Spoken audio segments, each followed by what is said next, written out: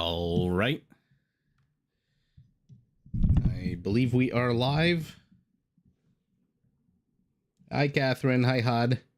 Yeah, the stream literally just started.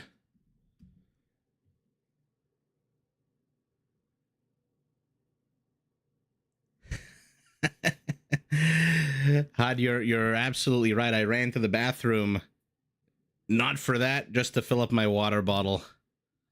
So I have something to, a little bit of water to drink. Hey, Richard. I am doing quite well. Thank you, Catherine. Hopefully you are doing well as well.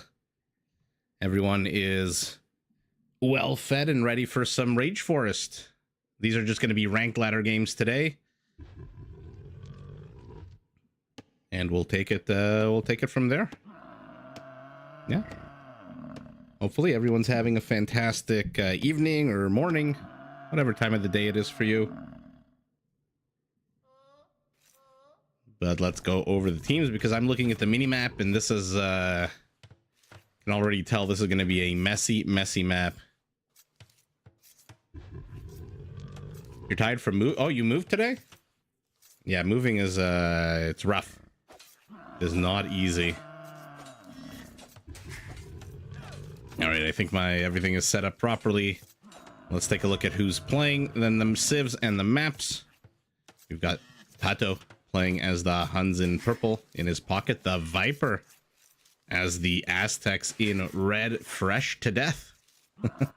As the Celts in green, and in the other side of the world, Samero playing as the Burmese in teal. Jerry's back as the orange Gorjaras on that flank. Gigi out as the Bulgarians in his pocket. Saps, who took the Viper's colors, in yellow as the Goths. We'll see if the Viper takes revenge on him. And none other than Ganji playing as the Saracens. Ooh, 5 in the morning. Ooh. Hey, Gray Shrimp. Yeah, Hod, it's good. Hopefully a very, like I said, based on the minimap, this is going to get real messy. And based on the players, it's going to get good messy. So let's take a look. We've got the Huns facing off against the Saracens. So basically, okay, gonna be a little difficult for our Hun, I'd imagine, to counter the cavalry counter civilization that is the Saracens. And then to the south, we've got the Gurjaras facing off against the Burmese. Okay, so another mounted civ against another camel civ.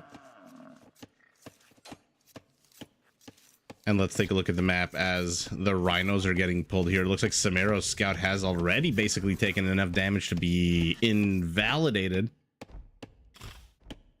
No, Grey Shrimp, this is just a random Rage Forest game. Ranked ladder tonight, no Rage Forest tournament. I'll explain why in a bit, but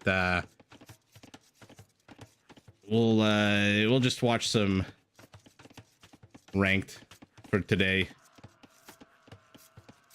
While seeing color, yeah, I mean, today's video, the Viper was also in a color other than yellow. I remember people were always, well, not people, some people were always commenting whenever the Viper played a game, because I don't change the colors of the players. I've literally only once changed the color of the players, and that was during a video that came out on Christmas, I think. I changed it to be red and green. I think that might be the only time. Other than that, you know, write to your congressman, write to your player if you don't like the color that the Viper chose, for example, red. I had no hand in this, and so if you're unhappy with the Viper being red, feel free, message the Viper. Maybe he'll respond to you and explain why. Yeah, Sean, it is a new one. Usually when he's not playing in red, he plays in maybe blue. I mean, when he's not playing in yellow, he'll play in blue, but maybe he just didn't care. Maybe he just joined second on the waiting room in the lobby. Okay, nice to see you. Exit, schlub. Okay.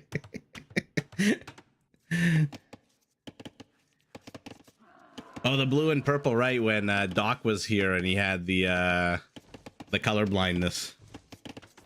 Relic is secluded in the far north tip. Yeah, being guarded by some rhinos and a very jealous tiger. By the way, why do I think it's going to be a messy game? Look at this set of what the hell is going on here. between purple and gray up top, and then a bit of a situation. Let's see who's walling what off. It looks like so far Saracen has begun walling not once, but a double wall off. So he wants nothing to do with this. I like that red and purple have walled here to the north and to the south, but here they haven't walled off at all. And so their wall off is basically open. To the south, a bit of a simpler situation between orange and teal. One avenue of attack. And then a big old open space, which so far no players seems to be claiming. Green's walling very close to home. Blue's walling halfway in the map. And so for now, no one has claimed this kind of northern diagonal passageway, which, by the way, leads to teal's base. So there is right now a very open avenue of attack, like a little maze, you know, like those children's mazes that you get at a restaurant that are very simple because there's like one line that you have to draw. Okay, maybe the Viper is going to wall this off. Oh, he's going to trap the yellow scout. This is what happens, Saps, when you take the Viper's colors. Okay. So the wall-offs have begun. I don't actually see any kind of aggression here. Although teal is moving forward. Our Burmese with 3 men-at-arms. A militia, rather. Can I change them all to gray? Oh my goodness. Hi, Barty. Civ intros. Definitely don't do Civ intros in 4v4s. Hod, pick one Civ and I'll we can talk about that Civ. Otherwise, by the time I'm done the Civ intros, it'll be like 25 minutes into the game. By the way, the Viper's still chasing this Gothic scout as he runs around the map. Looks like 3 rhinos have been pulled. The villager gets into the town center. The rhinos get all confused. They forget. They get men in blacked and have no clue what they're doing here anymore. And then they become easy pickings. Tower war. Burmese tower taking on a Gurjara tower. Burmese manages to get 2 villager kills. Okay. That's a decent start there for the Burmese, whose militias are now men-at-arms. And is he in feudal? Yes, he is. Where are those men-at-arms? So let's take a look at them. You see how it's a 6+1, even though he doesn't have forging.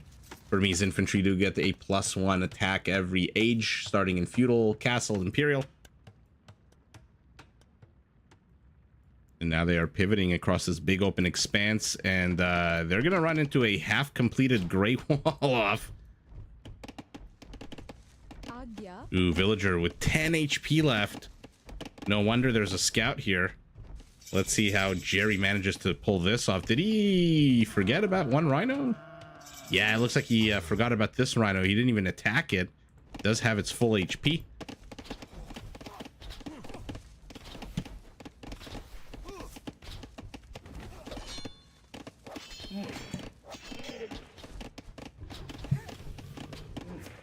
How's everyone doing tonight, by the way?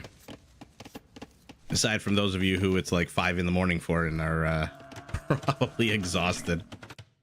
Either just getting up to go to school or work, or just coming back from school or work. Everyone's in feudal. First to castle will be the Viper. Our Aztec. What does he have at home? Just a quick castle with a blacksmith and a market. Bringing home his yakety yak. By the way, we're in the middle of a thunderstorm here in Toronto. So you may hear some rumbling in the background. Some thunder. Just in case. And if the screen goes pitch black and everything stops, you'll know that the apartment got hit by lightning.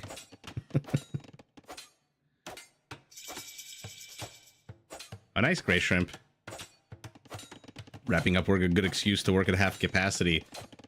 Always a good excuse. Oh no, screwed by Mother Nature, this one mangrove tree. And it looks like Gandhi just realized that he's been trying to get this secondary wall off since the beginning of the game, actually.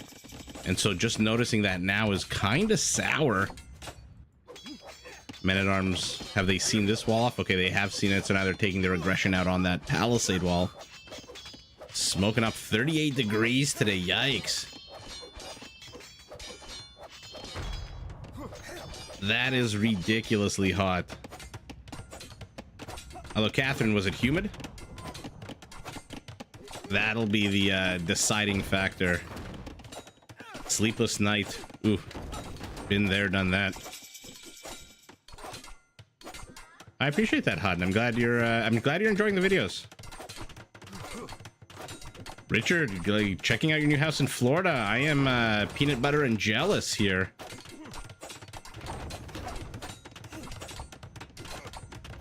I'm not even going to ask if it's humid in Florida in in the middle of June. I know the answer to that. By the way, Samero, our Burmese, still in for another minute and a half, is going to be the last one on his team, but Jerry also last one on his team in Feudal.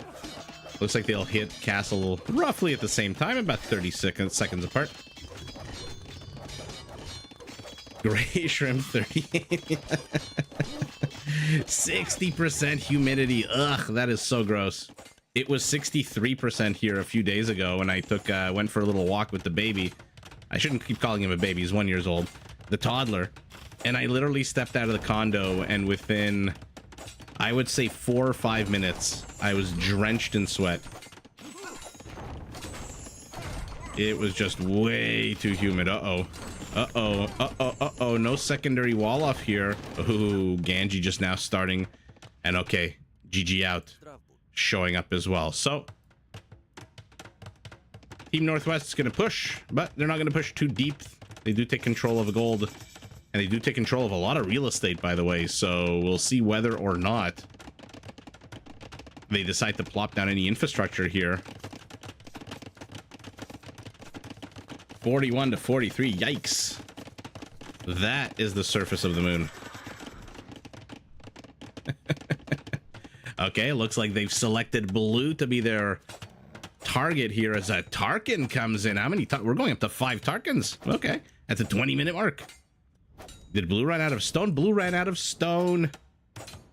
Oh no, that's the last thing you want when you're under attack by Aztec monks, Tarkins, and a mangonel slowly making its way over. You do not want to be out of stone. Samero hits castle. Gets a castle. Siege workshop, monastery. 2 monasteries for our Gurjara.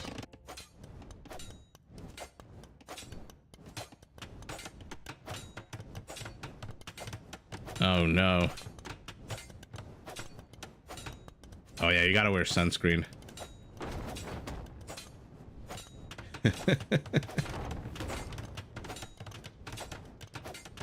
Oh hey, Eddie.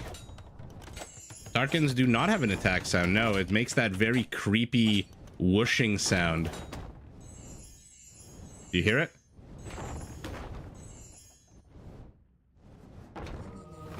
It is so creepy as they burn everything to death.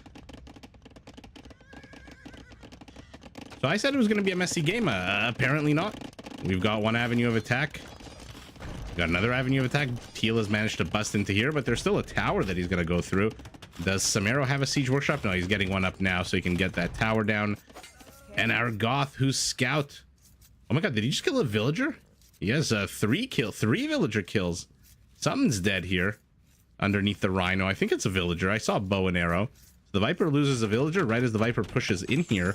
Is anyone even close to going up to Imperial? It looks like our Celt and our Goth are actually trying to rush up to Imperial. These men-at-arms, they're still attacking now with +2. Sean, I think the thump is the conic. The Bulgarian conic.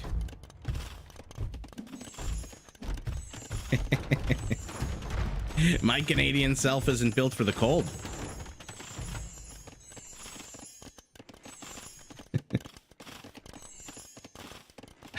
That's funny. There's a lot of deforestation that happens on Rage Forest. Okay, Wolof now has a conic in it. Conic, oh my goodness, a Krepost. But it is a Krepost without murder holes. So we'll get the Eagles, but there's still Tarkins you have to deal with. 7 range on the Krepost, 7 range on the Mangonel, but no villager. And I'm a little bit surprised that the Viper hasn't made any attempt, nor has Tato, to plop down any infrastructure here. Our Saracen just peacefully going about his business. Ganji continuing to build up his settlement. What are his resources like? Oh, he's approaching castle almost. Tarkans get the hell out of there, realize they can't really help. There's not much surface area left here.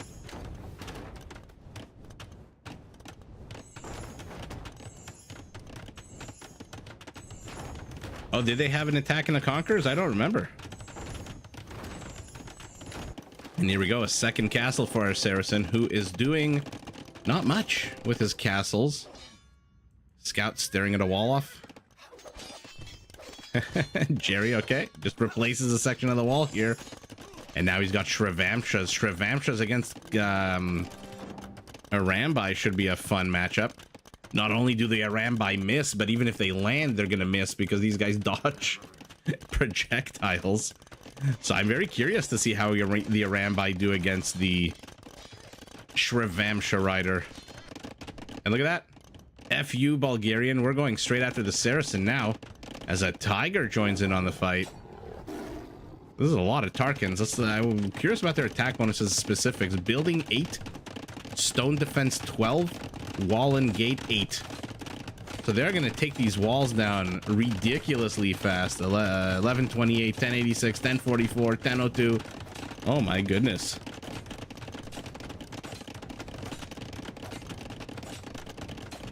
Oh, Grey Shrimp, that is a very good point. Although right now we're not yet in depopulation mode. Right now we're in population boom. So right now it's like the worst thing for the environment.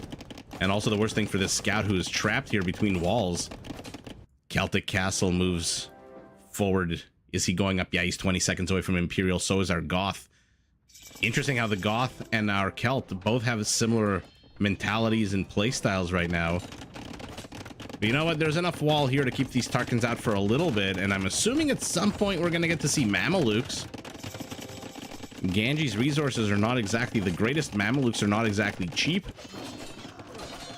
Ugh, the last thing you want here is to get attacked by a tiger. Radu, hello. John Yang, hello.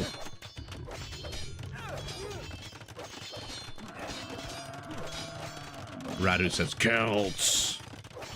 Let's see if Celts eat TC this game. John, I laughed at your comment last night, John, when about my post that I ended up deleting.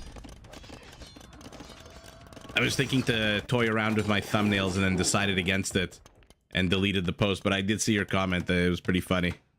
It was very, very shrouded in mystery. Viper's moving here for what? A market? Yep. So our Goth is building infrastructure inside our Saracen base. Our Celt is building infrastructure inside our Burmese base. Jerry is slowly building up his army count. Not exactly a lot of army, but he is doesn't exactly have a lot of resources. And here comes the Celtic siege. Can it even pass through here? I don't think it can pass. I think this castle tower wall combo is going to be very hard to go around. Looks like there's even a wall behind there. And here come the elephants. Announcement, yeah.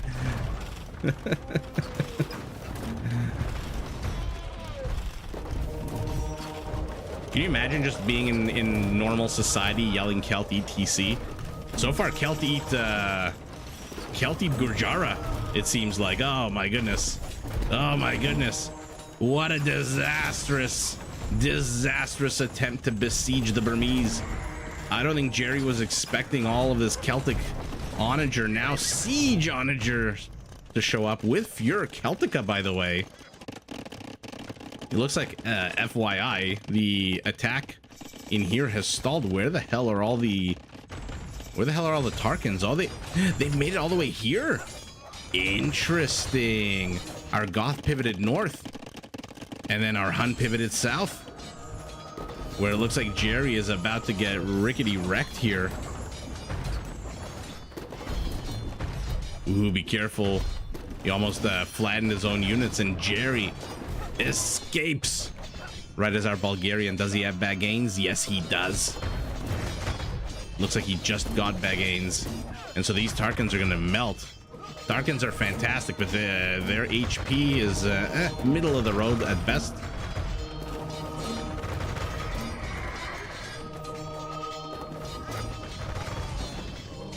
Well, it's good to know, Sean. You went down a Tarkin rabbit hole. And John, yeah, he is. Viper pinging over here. There we go. They're elite. They've got no attack upgrades. They don't need them at the moment. Right now, they need their bonus. And they need to pivot south ASAP because both the Arambai and the Tarkin would take an absolute disastrous beating from these Mamelukes. Oh, Catherine, thank you so much for the super chat. Don't forget to like the stream. Yeah, I'm so bad.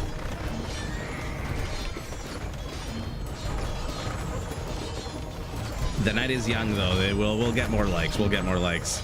But I appreciate it. Thank you so much.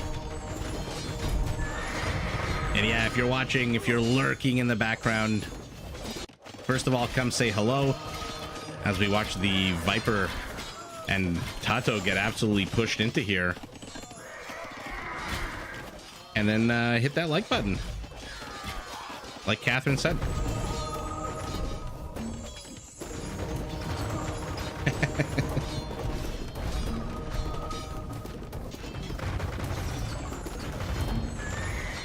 Okay, so Jerry's been dismembered here, but at the same time, our Saracen has wedged himself in between the Hun and the Viper. And I don't know what... I don't really know what the Hun can do here, really. I mean, Cav Archers are great, but one-on-one versus a Mameluke, they will melt. Look at how quickly they die. I'm going to highlight the health bar so you can see just how ridiculous this battle is going to go for the Hun. They're basically 2 or 3 shotting these Cav Archers. Yikes. The power of the Mameluke.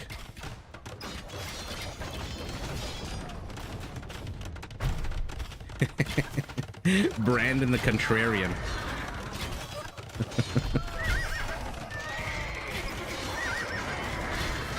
That's okay, Radu. If we get to 40 likes, I'll fixate on a wolf. I mean, 10 minutes is a long time to fixate even on a wolf, even for me.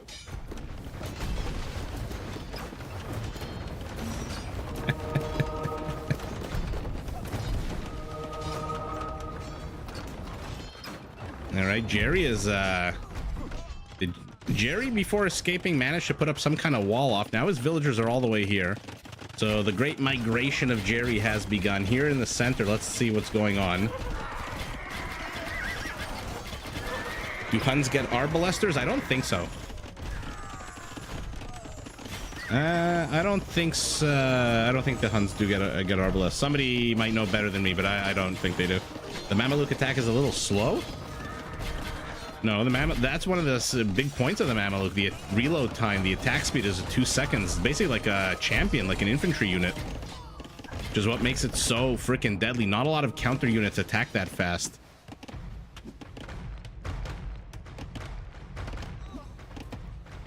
Your debit card said donation canceled. Yikes. Oh my goodness. Speaking of yikes, my, oh my. 27 monks with 28 conversions. Okay. A little bit of damage done to these onagers. Krepos on the high ground should last a little bit. A single Darkin maneuvering around. A basic onager is not really going to do it. Not going to cut it here for the Bulgarian. I'm surprised our Bulgarian doesn't have anything stronger than this right now. Feeding halberdiers so he can at least get rid of some of these scorpions. Oh, the Burmese attempted the conversion. The Celt said, not on my watch. 43 kills, only 3 self-owns. Interesting. That is a very good ratio for our Celt. By the way, Jerry, 1, 2, 3, 4 town centers going up for him.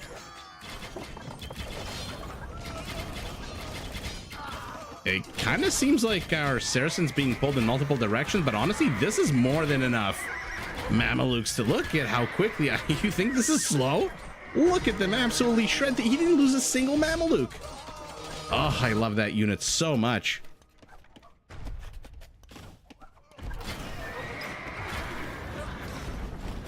Catherine, I have no clue, and I've been wondering that myself. There's sometimes when I try to scroll in my chat and I hit that heart button. I don't even know what that heart button does, to be honest. Okay, Mamelukes have to run away now. They're face first into a castle. And now GG Out's being pressed into. What kind of army, what kind of resistance does he have? 9 swordsmen, 3 light cap, a halberdier, and a single monk. His teammate nowhere to be found, but now the Goth is here. Might want to put up some more barracks, but he's only got 470 wood, so not that many barracks he can put up. Does have how many barracks here? 14 barracks.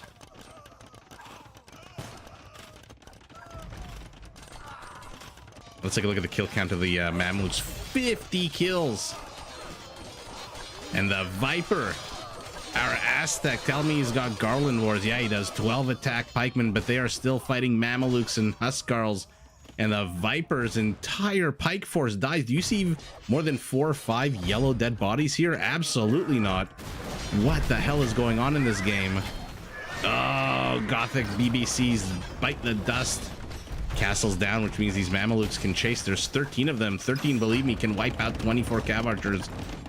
Maybe even Turkish cav archers with Sipahi. So Purple's base is slowly getting rickety wrecked. Jerry's done. He's got 46 villagers. Now it's GG Out's turn to get pushed into. He's trying to stream in light cav. Does he have stirrups? Does he? He doesn't have hussars. He's going more cavalry.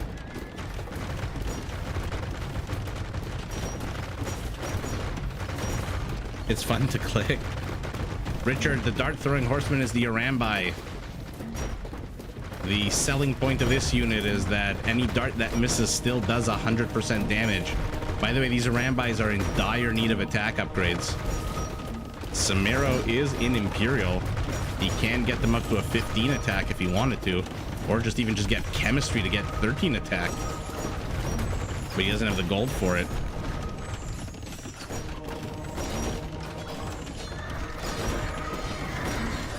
Brandon loves us long time. Thomas Lab, hello from Vienna, hello from Toronto. So let's see what's going on around the map. Purple is dead, as is the trade for Team North. Oh goodness. Oh, they will get a Mameluke. Will they go after this one? He is full health and there's only 2 villagers left. I don't think this is gonna go well for Tato at all. And after this, the Viper has got 1 lumberjack here. Now his base is getting pressed into. Mamelukes, 122 kills, 34 of them villagers, is ludicrous. Jerry's base, I like that they're slowly continuing to attack it. Looks like we're getting elite Woad Raiders right now. 7 in the production queue. How many kills for these onagers? 73, only 9, so about 13% friendly fire is not bad at all.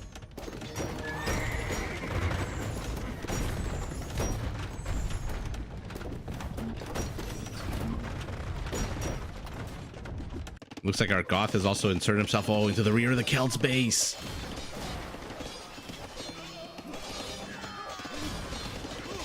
He's going after fishing ships. Do Huskarls come with an attack bonus against fishing ships? Or any kind of ships? No. Just a ridiculous building attack bonus. And look at the Viper's base. It is on fire. Mamelukes are chasing trade carts. Hussars for the Saracen as well.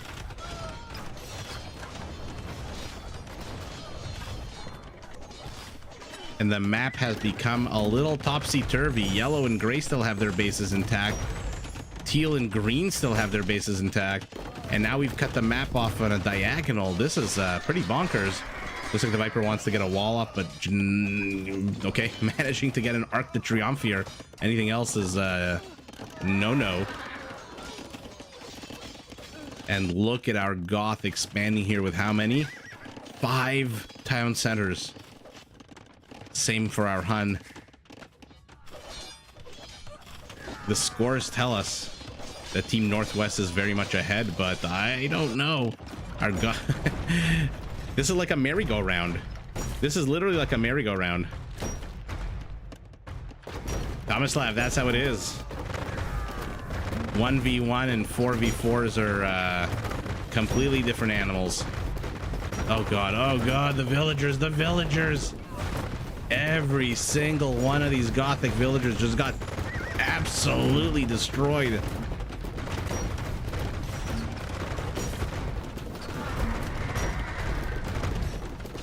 Yikes. Helt with 24 mangonels. 23 of them are here now. 102 kills. About a little over 10% friendly fire.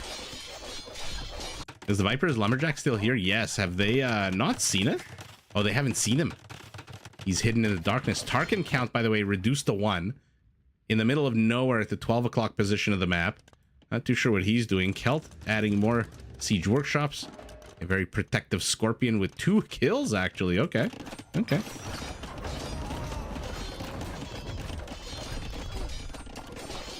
Let's see it. Now we've got some Celtic Pike. Celtic Halbs. Our Saracen. He's got 32 Hussars in the queue. He doesn't care. Fight me all the live long day. I've got Gothic champions. I've got Mamelukes. You don't stand a chance, and that entire Celtic army melts. More infrastructure. Nothing being trained out of it yet. This game might go... What I would love to see is this army. 26 Arambai, 40 monks, 39 monks. Oh, but still just the 20 some odd conversions. And here we go. Here we go. The Saracen wants to move in, waits for the attack. Fantastic move out of Ganji. Oh my god, what a beautiful timing. He is timing these Hussars almost perfectly. But at the end of the day, there are Rambai here, but the Hussars close. Did he manage to get more than a few? Let's see, there were 23 before. Now there's 17. He got six of these onagers. Now our Bulgarian is back. Tell me our Bulgarian has stirrups. No, he doesn't. Oh, goodness gracious. I think it's time for our Bulgarian to get that upgrade. Viper's being annoying here. Look at the choo-choo train of Gothic infantry just making its way across the map with these Saracen Hussars. Army counts are 10% apart. Villager count. Team Northwest is down to 130 villagers and trade cards. I can't imagine anybody's got any kind of trade. The Viper chooses the 54-minute mark of the game to get the Eagle Warrior upgrade.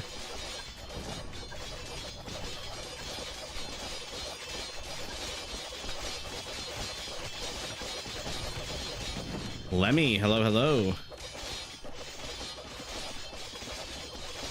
This is a super cool match. And a super difficult match, by the way, for both teams. Our Saracen's getting pressed into here. There are Trebs. 5 of them. They've somehow managed to get 3 kills. 2 of them villagers. Okay, or trade cards. Our Burmese is wrecking this peaceful farming community. Let's see how many conversions the monks have now. Okay, killed a bunch of them. They're down to 33 from 39. 33 conversions.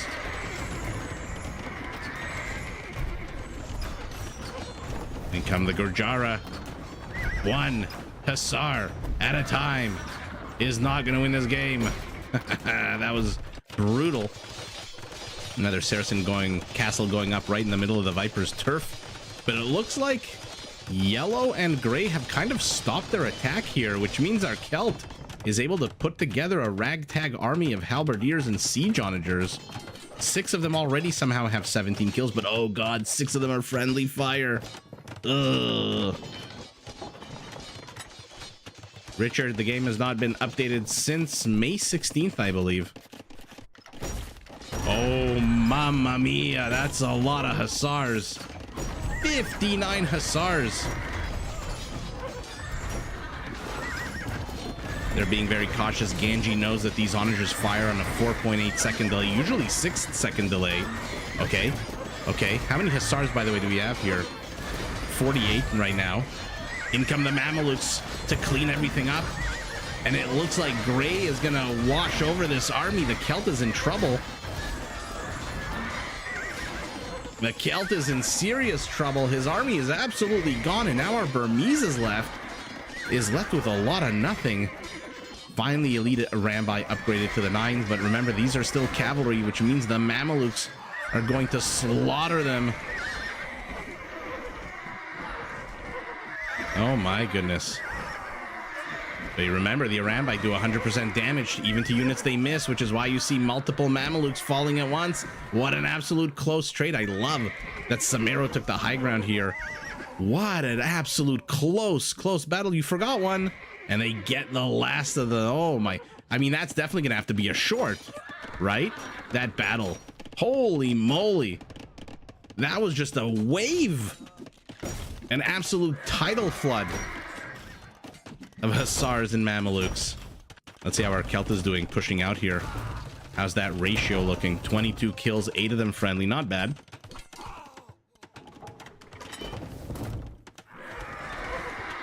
And here comes the Saracen, but this time he's alone. There's no Mamelukes. There's no... Where the hell is the Goth, by the way? With his 60 champions. Where are these 60 champions? 21 of them are here, which means there's 40 somewhere.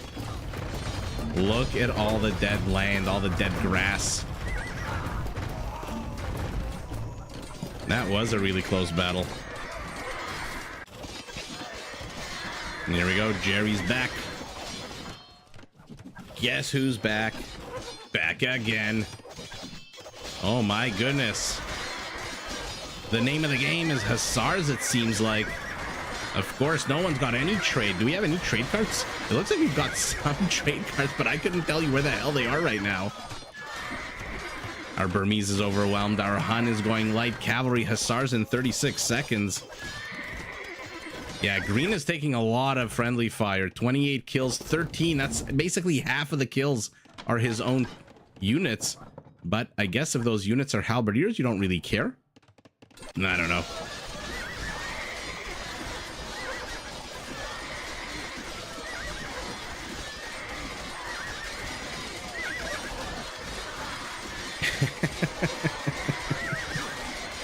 You do not want to hear me sing. Ooh, look at the Mamelukes trying to avoid the fiery chemistry balls of the Onager. Fresh Onager, fresh Onager. Will he get a shot off? Oh, that is exactly why Green has, I think, 5 kills. All 5 are his own, right? Oh my god. 100% self-kill rate. And now it's going to go up the more he attacks this structure. Oh my god, he's flattening his own units. He's flattening his own units. 13 kills. All 13 of them are his. Oh, that's so gross. That is so gross. All right. Let's see what's going on. I see some action here. The Viper has cut a path through the forest using this little enclave. Have they caught wind of it? No, they've seen this, but nothing else. And here's the trade route. 45 gold. Okay. No, not great, not bad. Yeah, Richard, you can't attack any structure with onagers and infantry because the onagers are just going to kill the infantry. And I don't know if Green's paying attention elsewhere. He is, his infrastructure here, got 12 siege workshops, is under attack.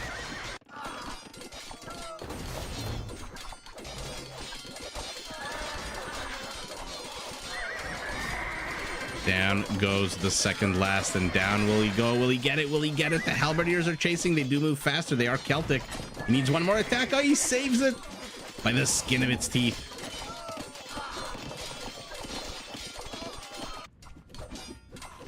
Viper being annoying. Does he have Autolot? No. Yes, he does, actually. 9 ranged skirmishers. That's like Chattagny hand cannoneer level. And where's our Bulgarian, by the way? I need to check out if he finally does have stirrups. No, he doesn't. Why does he not have stirrups, and why is he not getting hussars? So the situation on the west has stabilized. Bit of a demilitarized zone being protected by one two-handed swordsman here. What a weird, wonky game this is. The Viper's spamming skirmishers, which are not going to last very long, although Champion's attacking on a 21 will.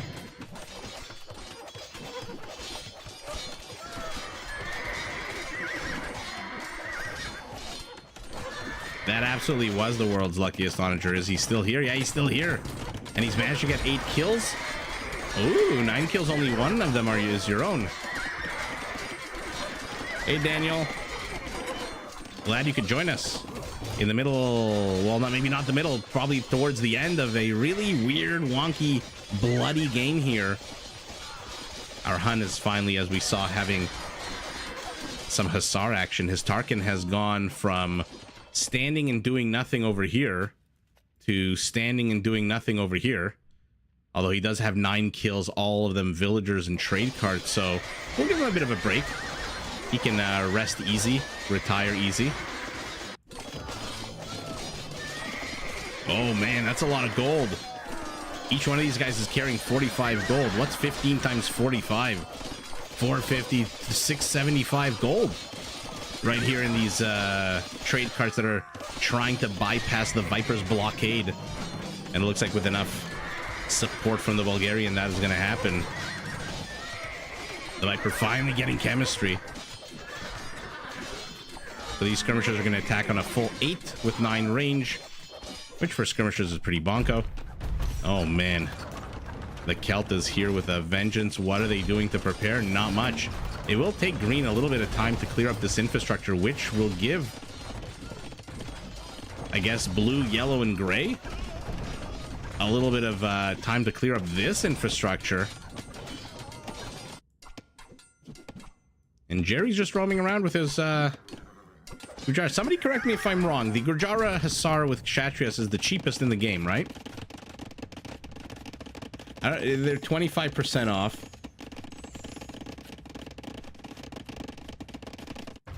I'm trying to think. I think they are the cheapest in the game. Ooh, our Celt is trying to engage with their scorpions here.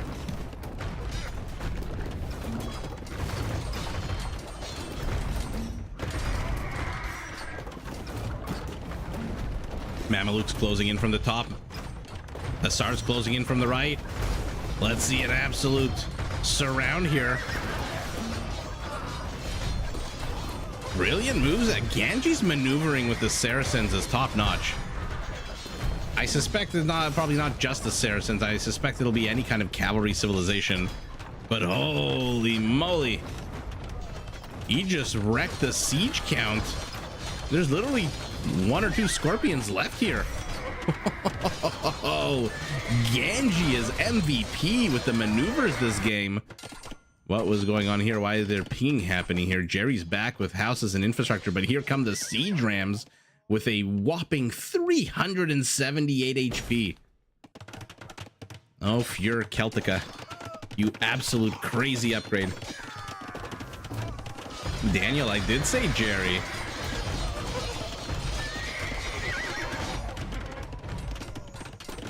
Radu, you're back home.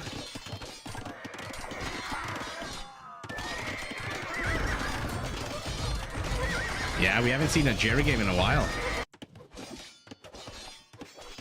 Arambaya, 115 kills. Look at that value.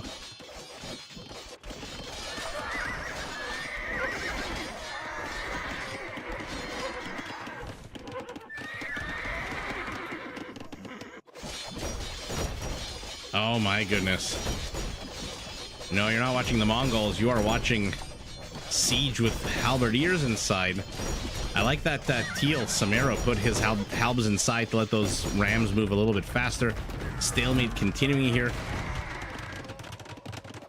Our Bulgarian, I mean, he's got a good amount of gold. He could sell some wood and upgrade his onagers, no? Jerry is going heavy camel riders. He's got 1,000 gold. He's going up to 19 camels. I'm not too sure camels are really the way to go right now. Do your opponents have any cavalry? Oh, maybe against the Arambai. Everything else is gonna slaughter the camels.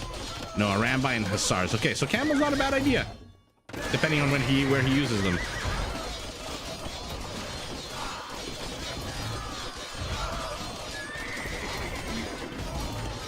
Yeah, the Arambai are getting crazy value here.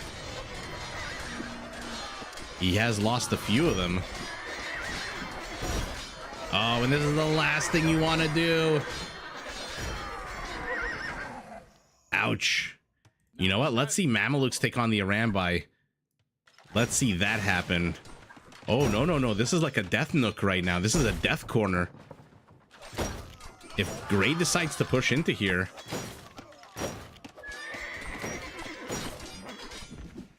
This may be bad news bears.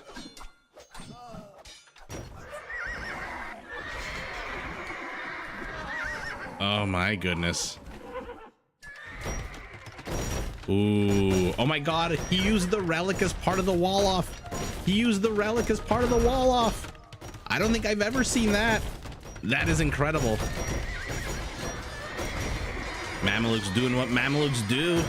Killing every horseman in sight. And let's see it. Let's see a showdown yet again between the Arambai. These are two units with absolute shitty range. 5-3, I believe. Yep. Mamelukes disperse. They spread out. Some are going after the siege ram. Not really a priority right now. Okay, now they're backing away. There's not enough of them. So the Arambai took that battle handily. Now the Viper is pushing out yet again together with fresh to death Scorpions. 71 kills on these Scorpions, and our Aztec has gone Arbalest. Okay, so we have now two theaters of war.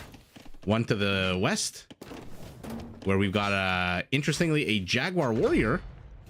That's going to be a big problem for both the Bulgarian and the Goth.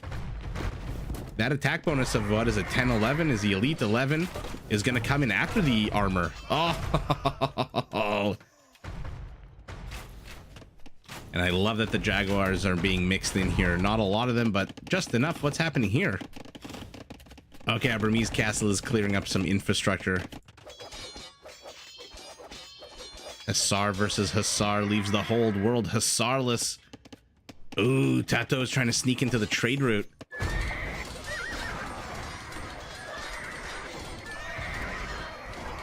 What counters Mamelukes? A lot of things counter Mamelukes. Anything with more than 3 range and good micro counters Mamelukes. And Cannoneers. Siege. And Camels. Mamelukes, as amazing as they are, do not have any attack bonuses against Camels.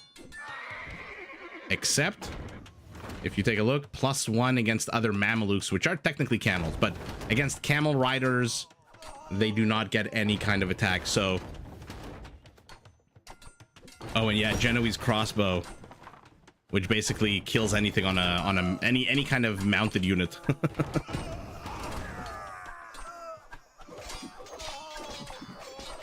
Ooh. The Mameluke does not have cavalry archer armor. I was thinking maybe the Berber camel archer, but no.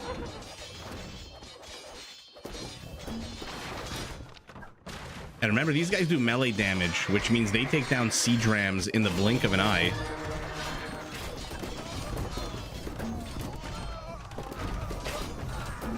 Yeah, their backs are broken.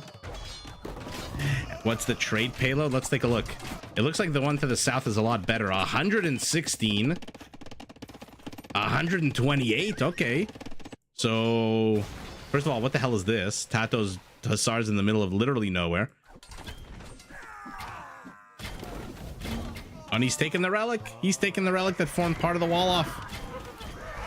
Oh, and here we go. You're again fighting. This is going to go very bad for purple and teal. That being said, they do have the numbers all of a sudden. They do have the numbers in a big way here. So eventually, even the Mamelukes are going to die. Especially if they're clumped like this to the Arambai. Okay, never mind about the Arambai. Holy shit. Did they melt? I mean, look at this. What other unit can just sit here? 6 of them and get 36 kills. Over and over and over and over again. They're so tanky. Armor not the greatest, but the HP is so good on a Mameluke. The attack speed is so good. The attack bonus is so good. And even just the base attack is fantastic. But now you're facing off against the Baganes. Let's see how well you do there. Amin. Nice to see you. Army counts. Northwest is ahead 100 army supply. They're down just a little bit in terms of population. I don't even know what the hell is going on here. Blue and yellow and green and red. Green continues to get more friendly fire. Out of 51 kills, he has, okay, 20% is not bad. Better than 100%.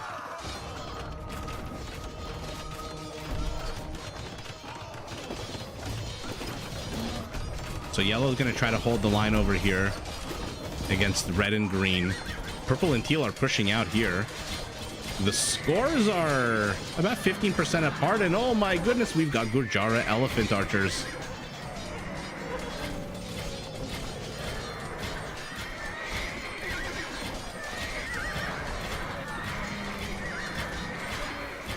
Oh no, oh no, oh no, it's a massacre.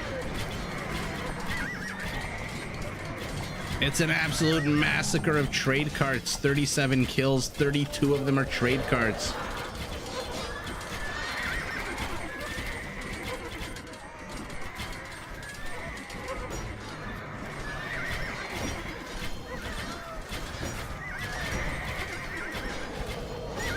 I mean, it's hard it's hard for me to put the camera anywhere else. Now he's even just body blocking the trade. But the Mamelukes come in, the elephant archers, they're super weak. The Arambai are on the high ground. The halberdiers are keeping the Mamelukes busy. It looks like the cav archers are attacking the Bulgarian. Oh my goodness, what an absolute disaster for all of those trade carts. Let's see what's going on here. Our Celt, 35 kills. Oh, okay. Oh, wow. We're down to sub 20% kill count. Friendly fire. They've reclaimed the Viper's old base, and the Vipers reclaimed it in a big way. Our 19 barracks, 5 monasteries. What's the HP on the monks? 95. I wonder what upgrade he's missing on the monk.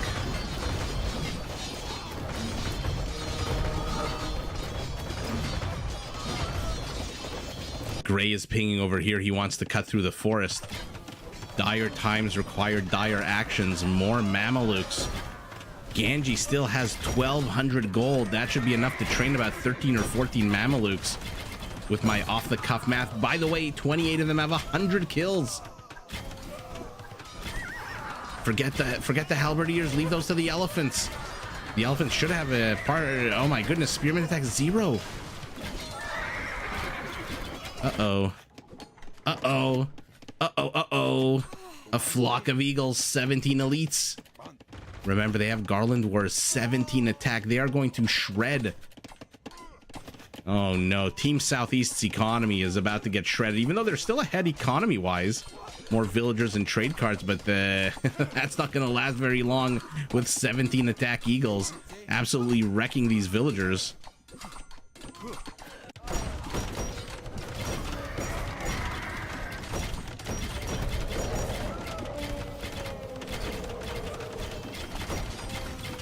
A trade card converted to the side that has the market from which the cart took gold.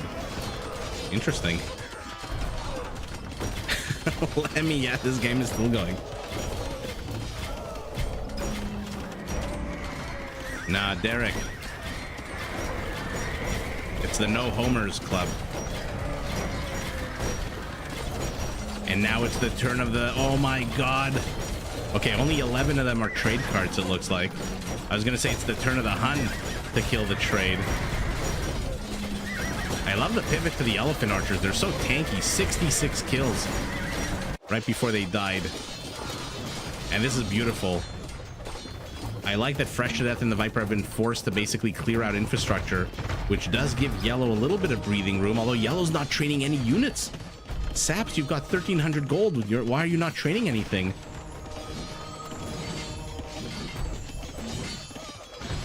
Kill count 17, not the highest.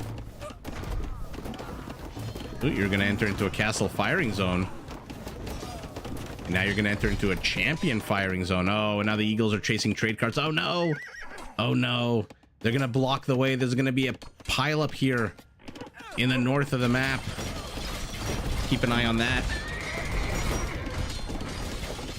Amen. Hello, hello. You feel bad for Ganji? He must have the most kills on his team, no? Or maybe the Goth? It's hard to say at this point who has the most kills.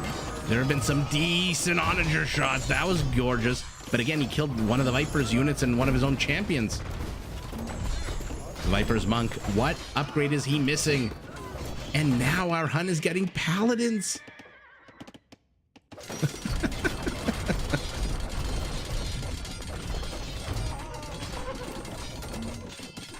Derek, I do not play the game at the moment. No, there is not a joke.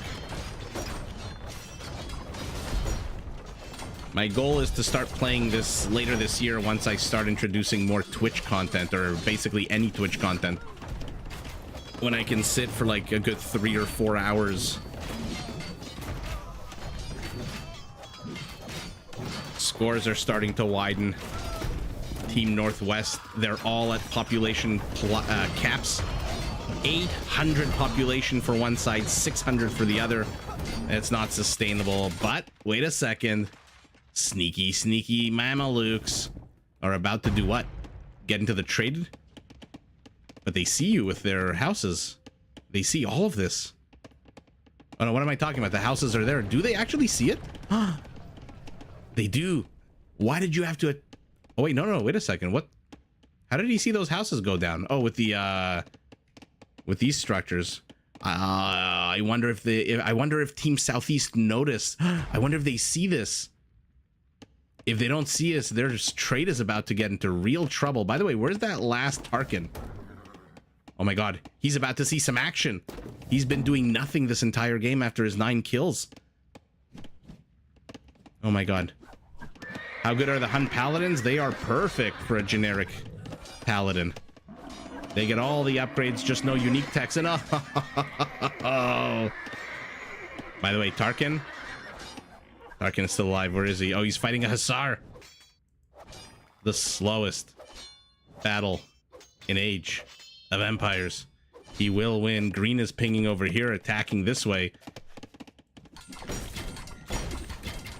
Our Hun continues to attack. He's gone up to... Oh my god. Look at how many cavalry archers at the top left of our screen.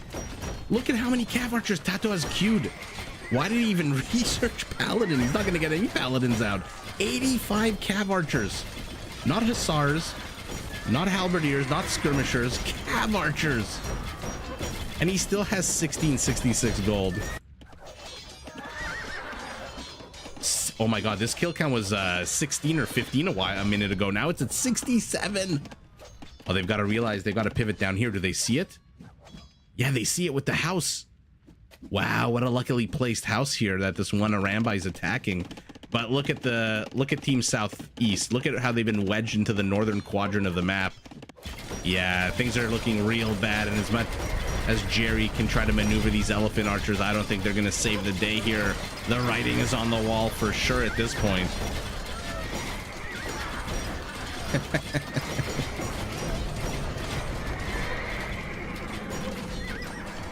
He's been biding his time. Now is the moment. He's got up to what, 10 kills? Yep. Where are those Mamelukes? Oh, they're down here now. Oh, for the love of Age of Empires, click. Now they're up to 109. They were literally at 16 2 minutes ago, but now they're entering a castle zone. Oh no. If they had done this 10 minutes ago, it would look a lot better, but right now they have been... I mean, this is the entire settlement here. That's all they have left. 20% of the map is theirs. 80% of the map is their enemies. But getting a couple of trebs for free is not bad. And our Bulgarian finally has siege onagers. I've been begging for these for the last half an hour. Wow. First of all, I'm glad my game, my computer hasn't derped out. Knock on wood. How does a trade pay work because not on the same side? What do you mean, Richard? Yeah, it does feel way too little too late. 500 halbs, 400. Of course, it's 400 Mamelukes. How do you lose with 400 Mamelukes? Okay, let's see who the biggest donor was. Our Celt, our biggest recipient, our Burmese.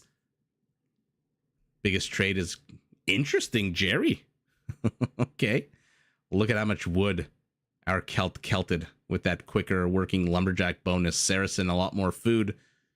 Gold going to the Celt as well, and stone to our... Okay, what do we think the kill count is? 2,000 almost kills for our Saracen. Oh, Richard, yeah, it depends on where your markets are. So if your market is a few tiles different than your teammates, it's going to be a different payload.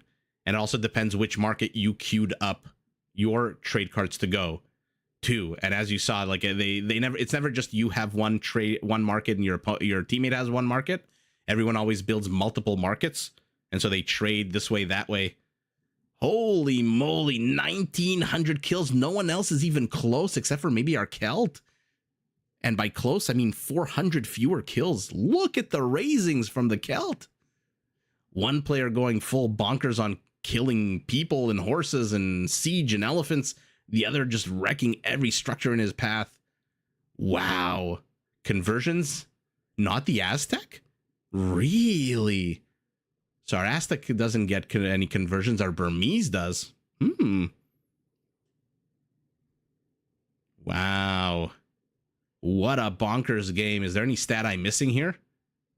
Army highs, 800, 1,000. The biggest... Okay, so the biggest army, big surprise, was the Goth.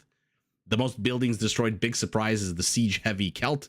And the most kills, big surprise, is the Mameluke and the Hussars of the Saracen. So this is basically in line with how the Civs are supposed to work. Military goes to our Saracen, economy to our Celt, technology to our Aztec, of course. I really do wonder. I wish I could look at this and very quickly ascertain the Viper. Can you actually carve them out? Oh, so you can just look at one player. Oh, I'm not going to look at this. Look at this. I was going to say maybe I'm going to try to figure out which technology the Viper didn't get on his monks, because they're at 95 HP instead of 100. So there's one technology missing. Ooh, what was the highest APM? Where would I see that? Oh, here we go. Eco APM, military total APM. It is the Viper, big surprise. Peak APM 171. So not the quickest of games. Nobody's even closely approaching 200. Wow. Well, there we go. That was an absolute epic game. An hour and 40 minutes. Bear with me. I mean, that was a whole hour of us of real human time. I'm going to load game number 2. I will be right back. That game was pretty damn epic.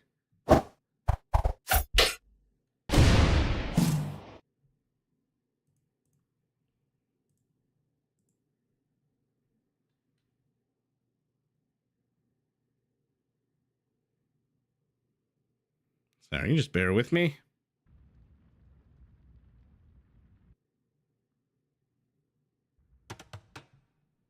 All right, I'm just going to name the teams.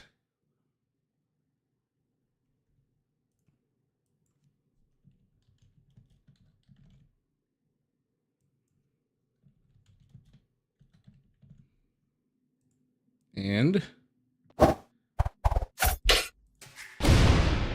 here we go. Got Team North, Team South. A bit of a simpler map on the right side. Left side, again, is very confusing. There's a lot of boars here as well. Let's see who the players are. We've got ACCM queuing up. Loom. So he plans on being quite aggressive, if I had to guess, based on the immediacy of Loom.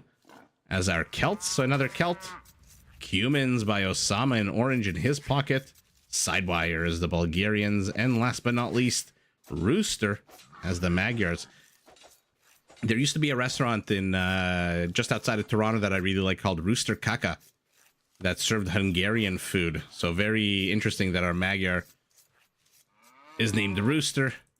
Opposite, we've got Scorpion as the Spanish in teal. Manas as the Incas in blue. Maze as the Goths in red. And last but not least, Lucky as the Slavs. So, shenanigans on the right side of the map.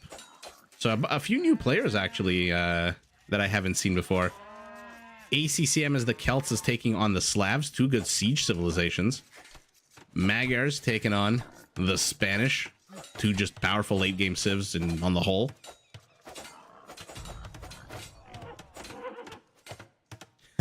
Thank you, Great Shrimp. Like I said, I'm going to start adding some music or sounds or something. Clouds passing on the waiting screen. Yeah, they change color and stuff. So to the east, one little simple avenue of attack.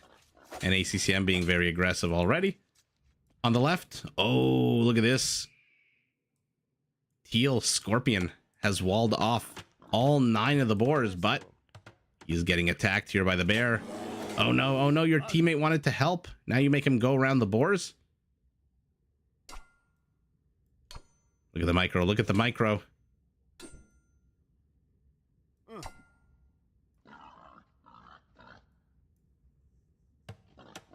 Oh, the bear goes down. But not in time. Sidewire manages to get a scout in here. Scorpion doing the little bit of this, little bit of that. Gets to wall that off immediately. 2 boars are being pulled here by Rooster. Oh, Thomas Lab, I feel so bad. I always keep saying I want to get a community game going, but then I'm very bad on Discord. And I say that all the time. I'm slowly getting better. Kurtos Kolax. What are those, Radu?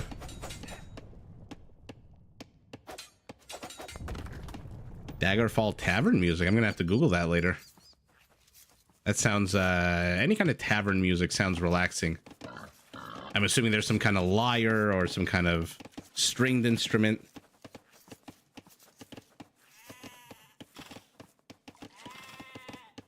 Yeah, this year's not over.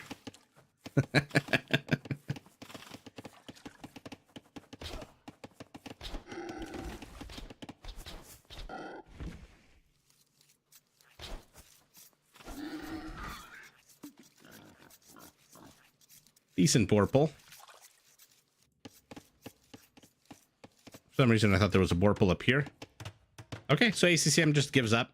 Says, you know what? Take these few tiles. It's futile to fight over a few tiles, but I'm Ching.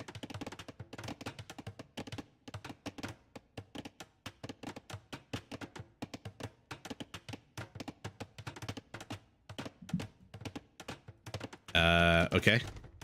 All right, there is one villager going there. So what players preferring peace to war at the moment? Has anyone snuck any kind of villagers anywhere behind enemy lines? Doesn't look like it. Interesting. Look at our Cumin being a pal. Pushing ACCM's deer for him while he focuses on the wall off. That is some amazing teamwork out of Osama. Who I'm assuming is going to go 2 TCs in a minute 40 when he is the first player in the game to hit feudal age. Needs a bit more wood. And he's going to get it with 6 villagers on this. And I'm assuming he's queued up this tree next.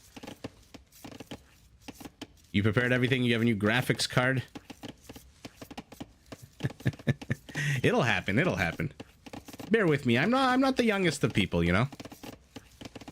I move a little bit slower. Hopefully a good graphics card. Yeah, he queued up this tree next. He's got... Oh, he does have enough for a second town center right now. Orange is pinging over here saying, hey, I'm gonna take these boars. Don't see a villager anywhere nearby. Let's follow this villager. She did take a little bit of damage. It's a cake sweet. Dough with sugar and a spiral and a stick. Ooh, I love sugar when it's melted.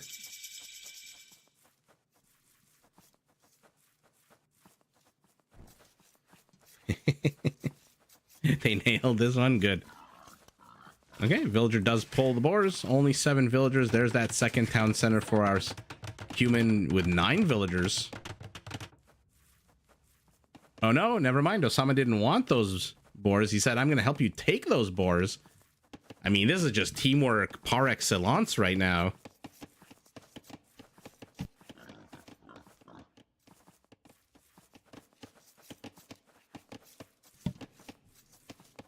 All right, guys, you might hear a little click here and there as I take a sip of water. That last game has left my throat very parched. Oh, actually, wait a second. Somebody did manage to sneak something behind enemy lines, as our Bulgarian has a scout here. Sees a lot with it. Abdullah, hello, hello. Thank you for joining us in the middle of the night.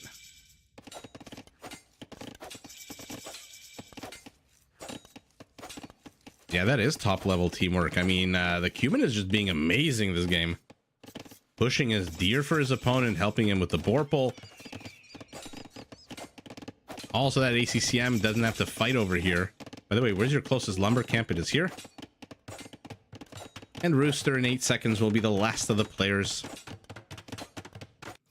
to head up to Feudal Age. RX6600. I'm not familiar with graphics cards. Not familiar with much when it comes to technology, to be fair. I know how to Google things.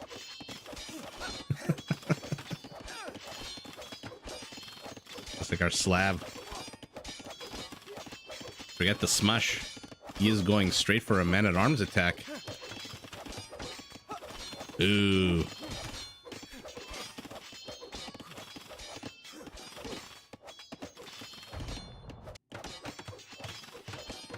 Looks like all the boards except for these last two have been taken here.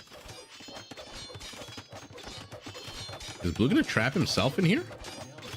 No. A Bulgarian spy, yeah.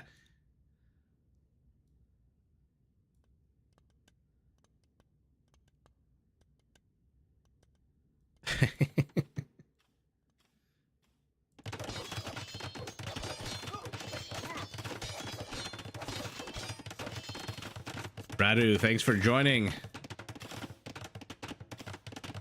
Have a fantastic night.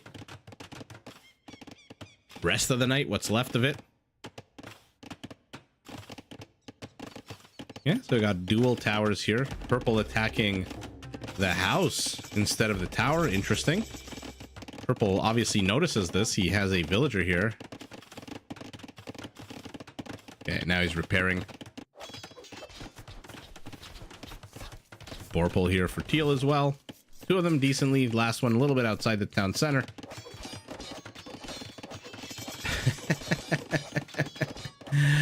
Oh, man. Damn you, palisade walls. Damn you, palisade walls in a house. You bought a PC just because of Age of Empires? And look, that's about as good a reason to buy Age of Empires as rather to buy a computer, period.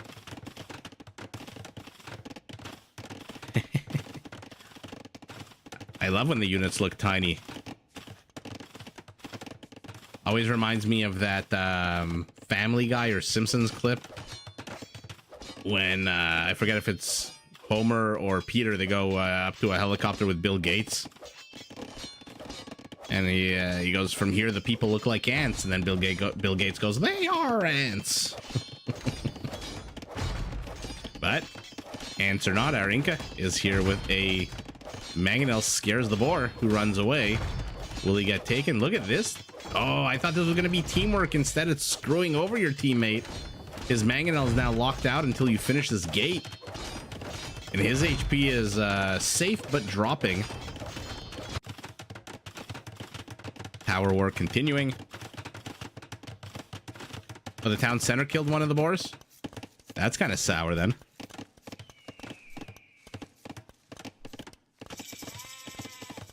Thanks, Radu. Zanzibarzi. Hello, hello. Tiny people. Well, yeah, when you zoom out like this, all the little tiny people on horses and people holding hammers.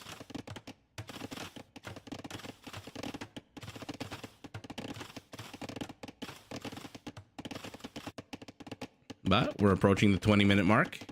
Usually 30 minutes lately has been when the action really explodes.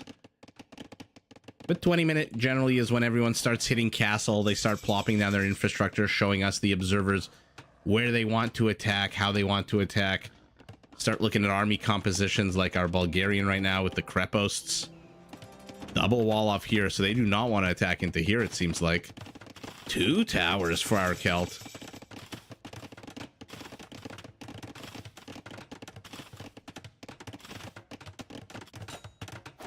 Oh, Bear has other plans. So do the villagers. Yeah, we'll eventually have community games.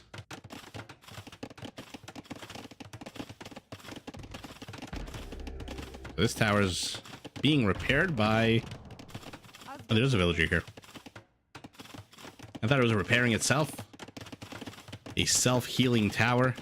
And now Purple's going to try to distract with these infantry units, which he has completely locked out of his base. So our Slav is saying, take them. I don't need them anymore. Although it's okay. Just a waste of units. Gives him something to do while he goes up to Castle Age.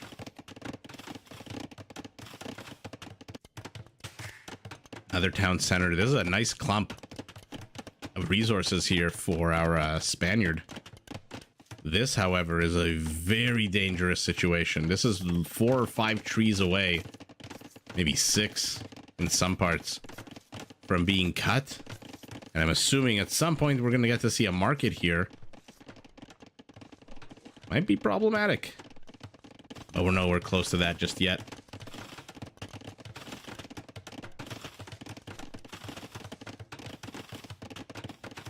Okay. Infantry's dead.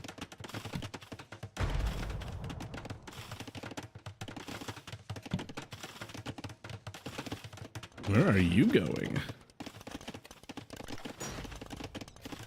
Oh, he built a tower right here. Okay. Ouch, that sucks for Lucky. Although he's got 570 wood. He probably wants to save that for his town centers, though.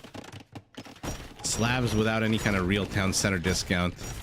That goes very much to the Britons and the Bulgarians. That is one way to deal with Rams. And Step Lancers, by the way, which have now been revealed for our Cumin. I love that our Cumin's going Step Lancers. How many stables does he have here? Remember, these only cost 100 wood for him, so... Osama should place a whole bunch of these down. Krepost to the right, Krepost to the left. Both players taking their lakes in very risky situations, and now, yeah, Roosters agrees with yours truly and is now plopping down a bit of a defense. Houses won't really stand up very long for the on the defense in the late game, but for now they're pretty good. Not too sure what these mangonels were attacking a second ago. Maybe there was a remnant of a palisade wall before.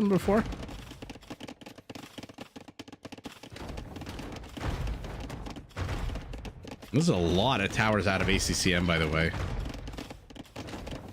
Looks like everyone is in the Castle Age. He's upgrading them. The guard towers. Another tower against... I mean, going towers against the Slavs with their cheaper siege?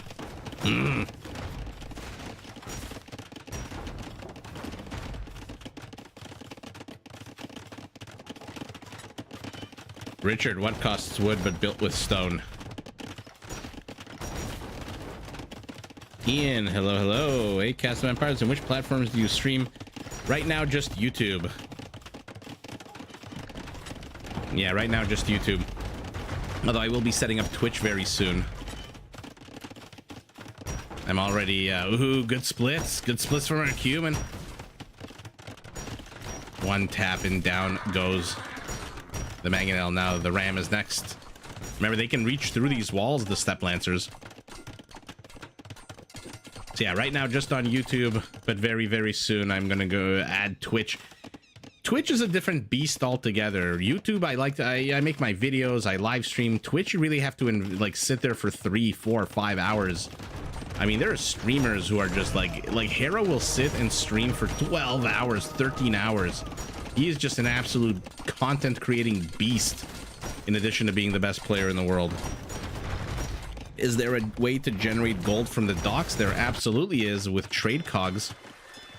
So if green put his dock here and yellow put a dock here, they can put trade between them and generate what, 1 gold, 2 gold between them on every trip. So in about 1,000 years, it'll pay for itself. Doc, hello, hello, hello. Thanks for joining in what I'm assuming is the morning for you. This winter morning. Lord Zook. I am doing fine. I can't speak for everyone else, but hopefully people are enjoying this as Osama's Step Lancers are absolutely going bonkers here. Oh, this is where you decided to put your town center. Very, very ballsy. Kelt is pushing in with a castle as well. Yeah, Twitch has a lot of issues. Don't get me wrong, Twitch has a lot of issues, but so far what I've learned is that I made a huge mistake going on YouTube. Apparently, like, the entire community of the entire community Age of Empires, I think like 90% only watch Twitch. Oh no, 20% HP evicts the villagers. Interesting castle placement here for Yellow, who's about to come under attack from not 1 but possibly 2 bears. Our Bulgarian. ACCM, what are you upgrading? Your gold, your hand card. So you're going eco upgrades as you prepare a Woad Raider push.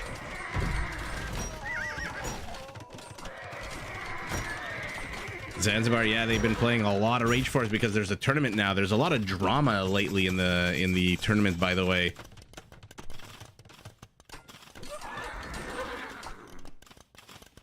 Connect with Grathrang, you can implement similar gimmicks. Well, Grathrang does live in the same city as me, so never say never.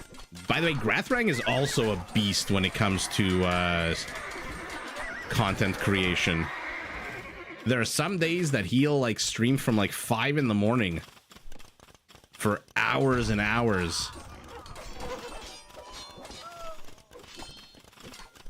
See, Zanzibar, you're proving my point exactly, right?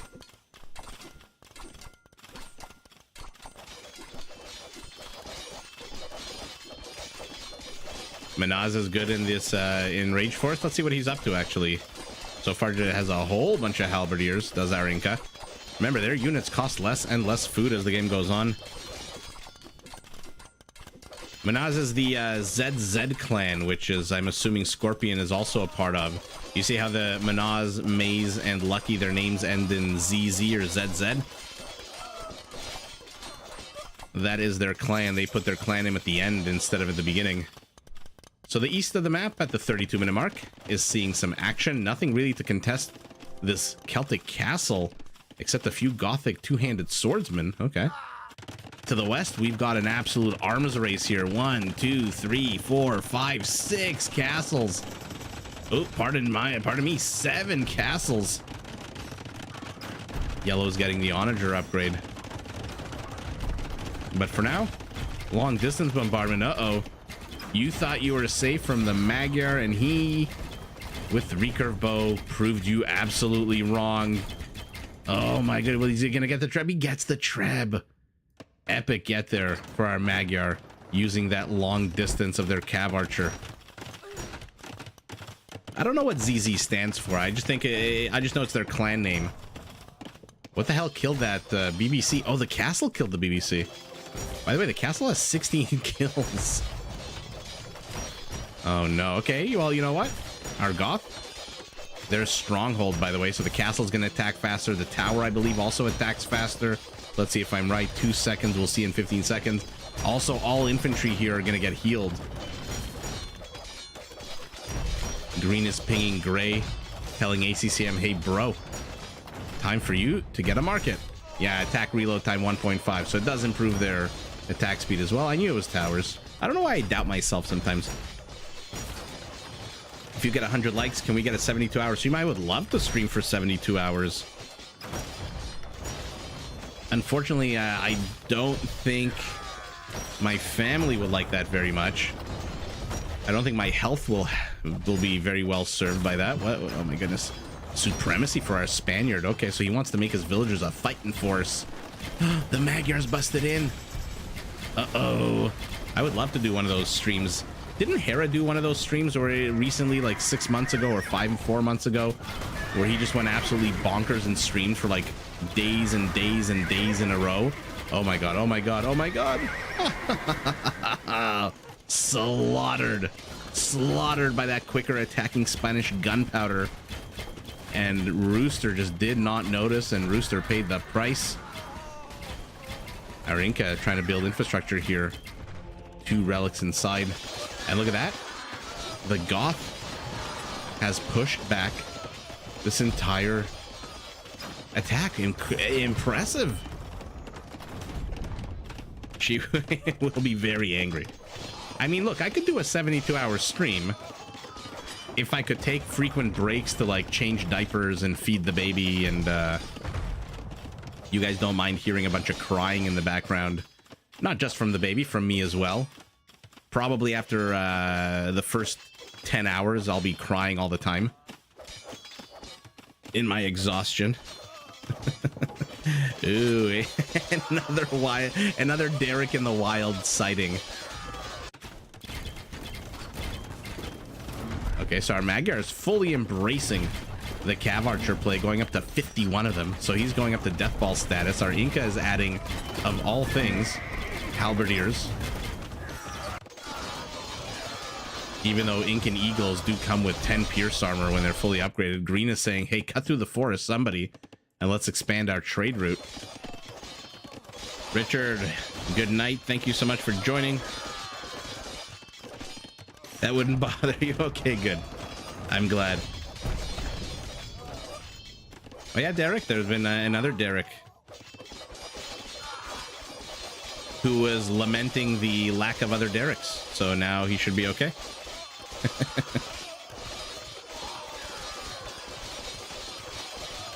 Ian, I found your channel through Real Highlights. Really enjoy the casting. Nice voice, really clear English. Oh, I appreciate that. Thank you. Yeah, YouTube Shorts have been very helpful in getting me in front of new audiences. Probably should have been doing that from the very beginning, but, you know, you live and learn. But thank you so much. I'm glad you can understand. I'm glad it's clear, and I'm glad I'm understandable.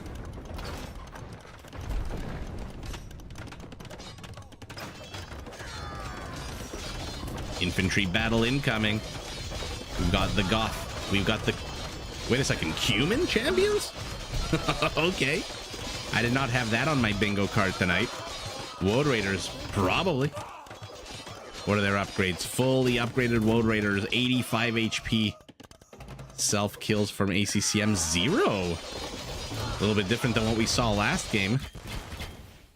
Cav Archers for the Magyar. How many kills on you guys? 68. About to become more. The Bulgarian, does he have Bagains? Yes, he does. Fuhrer, Celtica, and Siege Onager, and Heavy Scorpion. Elite Magyar Hussar. How many castles does our Magyar have? 1, 2. Okay. And here we go. This is what I was talking about. Incan Eagle Warriors telling you've got fabric shields. Yeah, you do. Look at that Pierce Armor. Huskarl level Pierce Armor. Ooh, one slinger comes out. That poor bastard got killed immediately. I love, by the way, the mixing of slingers. This is a unit you don't see enough of, in my opinion, and a unit that, by the way, I think, popular, unpopular opinion, needs to be buffed in a big way. You need to make this unit much more popular. You don't see it nearly enough. Spanish skirms. They do come with an attack bonus, remember, against infantry, plus 10. Oh my god, this is what happens when you have Incan Eagle Warriors. They just don't die. They're so ridiculously powerful. They're also cheaper, remember, with the Incan food bonus. But how many kills? 10 kills. Only 1 friendly fire. 33 kills on the remaining Magyar Heavy Cav Archers. Let's see what's going on here with our Celt with Fuhrer, Celtica, Heavy Scorpions, and Woad Raiders. We've got Boyars on the field. Boyars not yet fully upgraded, need the last attack, need the last armor upgrades. Teutonic Knight on a horse. Can you imagine gray and purple just delete all of this walling? Oh my god, that was so gross. ACCM lands the money shot.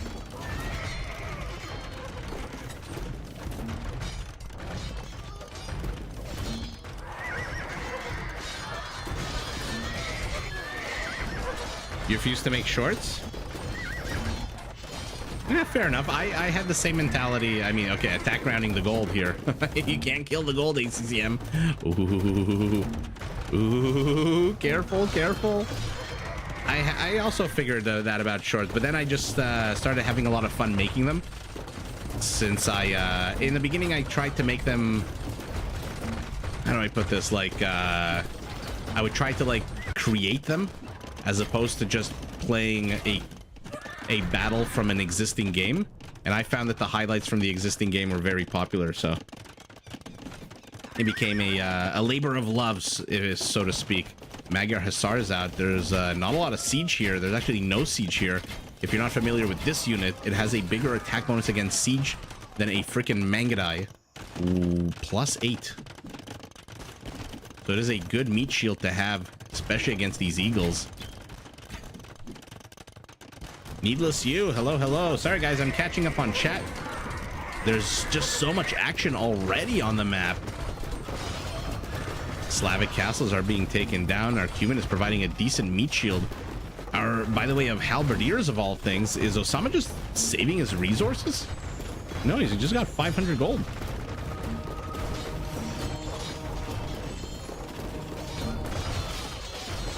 You feel hand cannoneers became a lot more popular? Could be, especially for the Spanish. I mean, their gunpowder units are just bonkers. Here we go.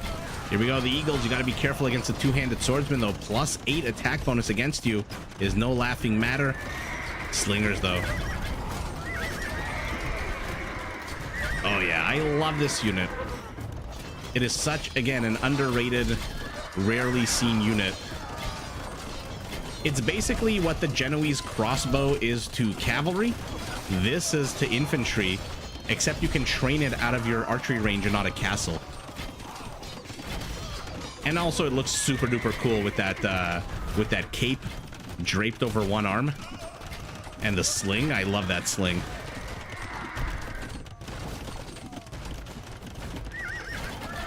Tomislav, my preference of eagles in order is the following. I like the Mayan eagles the best with 100 HP.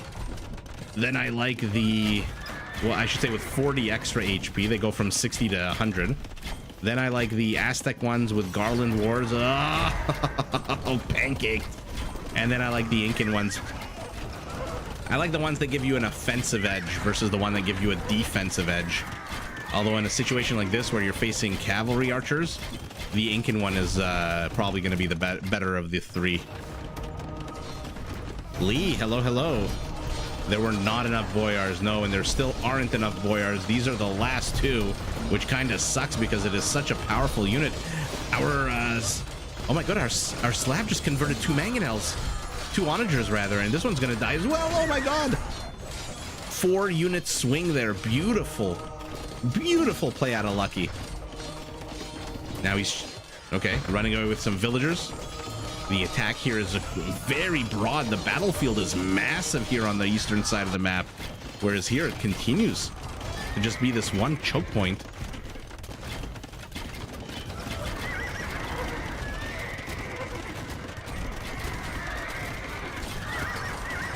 Oh yeah, Catherine, that is 100%. The shorts do require more effort than people think. Needless, yeah, this game is absolutely epic so far. Yes, slingers do need an elite upgrade. That is actually perfectly, that would be absolutely badass.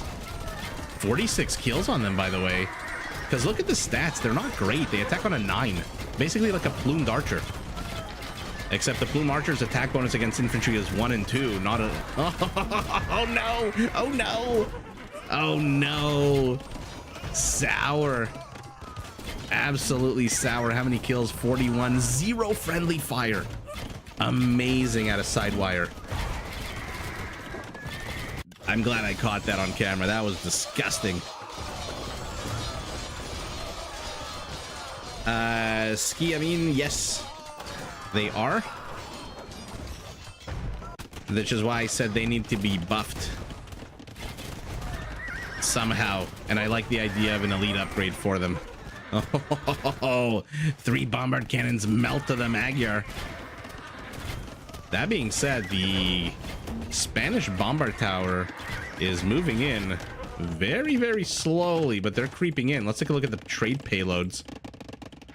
Oh my goodness, can I click a freaking unit? 120 for Team North, 106 or so for Team South. Uh-oh, Mangonel here are gonna have a juicy target in the Slavic. Do they have Druzhina? Oh, they've got pancakes is what they've got. Let's select a safe one. No, they don't have Druzhina. Second most expensive upgrade in the game, I believe.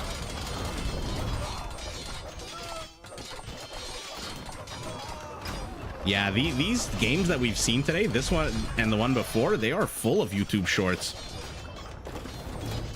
Who doesn't love a good freaking onager pancake?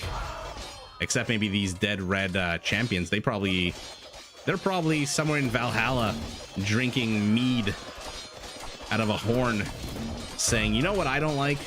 Siege onager pancakes. Looks like the onagers here have been killed. More bombard cannons falling to this mobile Magyar task force, but every time they move in, a few more of them die. A few more of them die. What is our Inca doing, by the way? What's he rebuilding? Halberdiers. Oh no. Army counts, by the way, are identical. Villager population, Team South is ahead 10%. Spanish gunpowder does fire 18% faster. But it's focusing on a siege ram right now. Leave that to the Eagles, maybe. The Eagles, the Halbs are trying to get into this Magyar line here, but they are being slaughtered. So there's a stalemate on the left side of the map. By the way, this is hilarious. That Krepos went down, but since it went down, no action here. But to the right side of the map, Team South is slowly, inexorably moving forward. Pancakes with bacon and maple. Interesting. I've only ever had them with maple syrup. Oh, Doc, I'm assuming you mean bacon on the side, not on the pancake. Oh yeah, Gray Shrimp. I wanted to cast those games, but then I realized it would be a little bit too hard for me to understand what all the different civs did and all the different bonuses and all that stuff, so I just kind of gave up on that. Catherine, this is probably the worst channel to join live if you get hungry easily, like yours truly here. Basically all we do is talk about food, movies, and Age of Empires in that order. By the way, this is very susceptible to a pancake right now.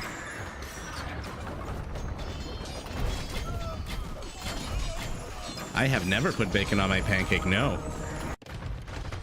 Is that a thing? Look at Doc. You tell him. You tell that dumb sumbitch. You better put some bacon on your pancake next time.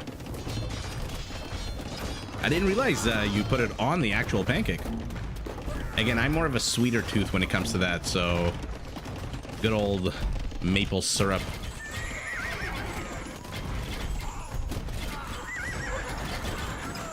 Oh my goodness, even Derek is getting in on the action here. Okay, I'm definitely gonna have to try some bacon pancakes at some point then.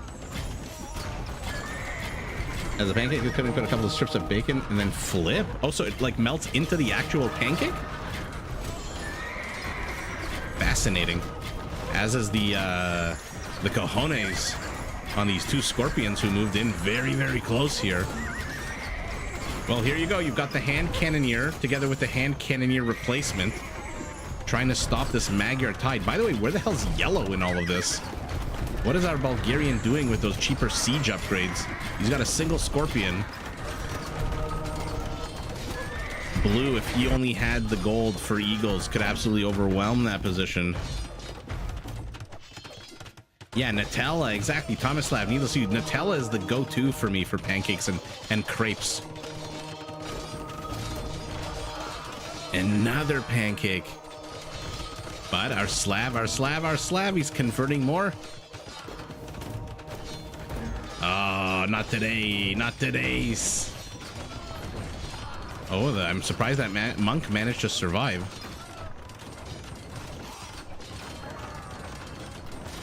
Oh, you might make some chicken and waffles?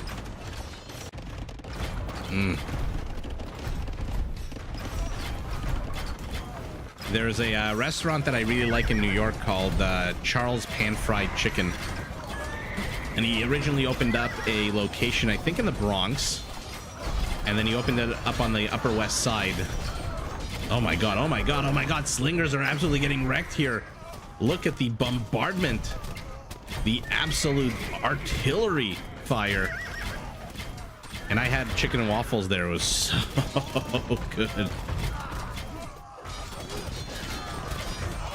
In Austria, you get 750 grams of Nutella for €6. Oh my god. I don't know if that... I don't know if that beats Costco, where you get like 3 kilograms of Nutella for like $6. It also comes with diabetes, but, you know, small price to pay for Nutella. Anyone who likes Nutella should never Google or go on YouTube and look at what the ingredients of Nutella actually look like. It will scare the shit out of you. Heavy carb protein breakfast right now. Okay. Why make so many castles if not going Kamiyuk? I'm assuming they just wanted a line of defense.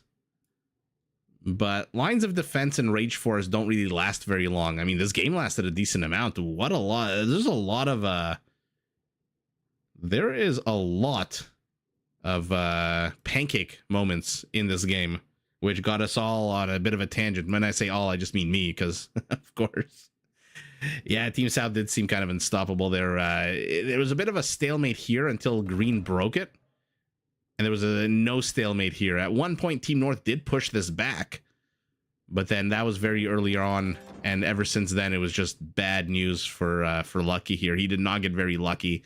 They relocated their trade. What's the payload now? Oh my god, it's still 120. Okay. Let's take a look at the stats. That's a lot of gold, actually, for... I thought it would be a lot lower. Biggest trade going to our Spaniard. Biggest donor as well. Biggest recipient is our Slav. Okay. Well, there you go. 19,000 resources. Most kills, 1134 going to our Celt with those ridiculous siege onagers. Anyone even coming close? No one else is even close. We've got a 670, which is, again, about 460 less going to our Magyar with those Cav archers. Buildings destroyed again. Of course, the Celts, most conversions are Slav with those smushy monks. Oh, Catherine, thank you so much for the super chat. Don't forget to like and subscribe. Thank you so much, Catherine. Yeah, everyone watching this, please do hit that like button. Please, if you like what you see, do subscribe.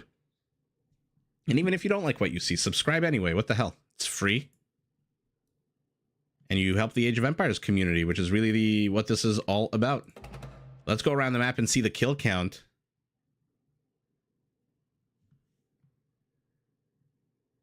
To try the hot dogs at Costco. Yeah, you know the CEO of Costco has been under intense pressure to raise the price of the hot dogs, and he has just refused every single time. And he is under... Somebody once asked him in an interview for Forbes, what's the most pressure you face? Because you guys know that Costco is actually... Google it. It's actually like the number 5 or 6 biggest pizza chain in the world. So their food court is no joke.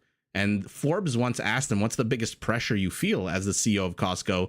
And he says every single quarter there's somebody who stands up in a meeting and says we need to raise the price of our hot dogs. And he just goes, absolutely not. I don't care if we lose money. I don't care if we make money. It's $2.50, $1.50, whatever it is, and it's going to stay that way forever. And their hot dogs are just amazing. Their pizza is greasy as shit. I like their pepperoni pizza, of course, but their hot dog is just next world. Oh, yeah. I mean, every time I go to Costco, the food court is just full of people. Absolutely full of people. 95 kills for the Cav Archers. Not the greatest, less than 2 for each one. And what else do we... Okay, that's basically it for the Long Rangers. Wow, what a fun game. I'm glad we got to see Slingers again. I like that little cover, the cape that they wear on one arm. Although I'm sure that has an... Maybe that's the actual fabric shield that the upgrade is named after, right? Che. And that they yell Che every time you click on them. Che. Holy shit. 7 of them have 34 kills? Wow. Well, there you go. Talk about a badass unit. Yeah, I think the hot dogs are like $1.50 at Costco. And again, I'm telling you, the CEO, every single quarter that he sits down with the team, and he says somebody's always pressuring me to raise the price of the hot dogs. Oh man.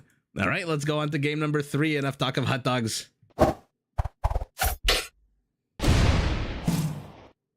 We are here to watch some Age of Empires.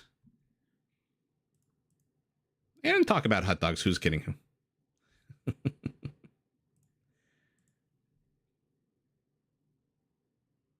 Yeah, should rename the channel Food of Empires. Oh, man.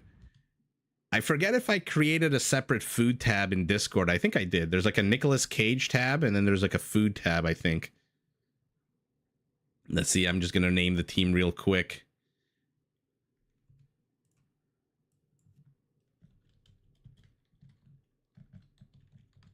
Okay, we got Northwest and Southeast again.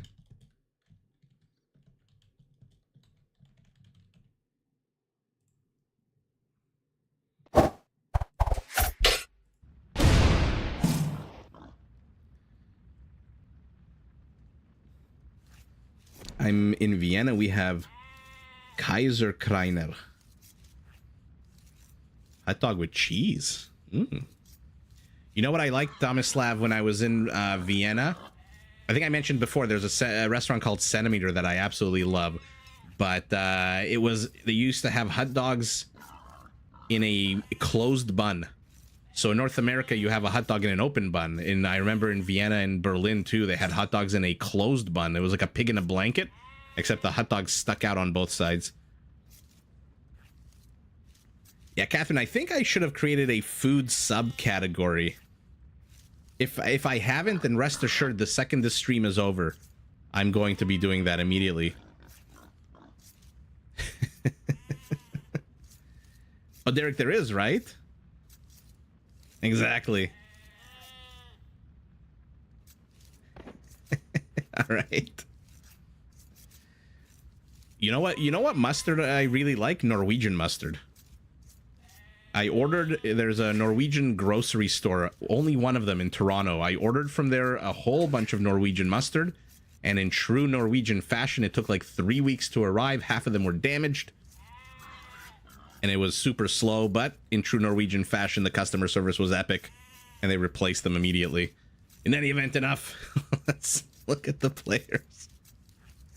Guys, you know I get off track super easily, right? And so this is all your fault that we're watching Age of Empires and not actually watching Age of Empires. Anyway, we've got Steak as the Huns and Teal in his pocket. Saps yet again, this time as the Mayans. Okay, that's going to be cool. All walls, 50% off. Valis as the Burmese. And Nolo as the Berbers. On the other team, we've got Target 331 as the Goths. We've got Samaro back again as the Bulgarians this time. More as the Vietnamese. And last but not least, Cool Cat, the 23rd, as the Armenians. So Armenians taking on Huns. Super powerful cavalry versus super powerful infantry. On the other side, we've got the Goths taking on the Berbers. Okay, super powerful cavalry versus super powerful infantry. So a bit of an interesting mirror situation here.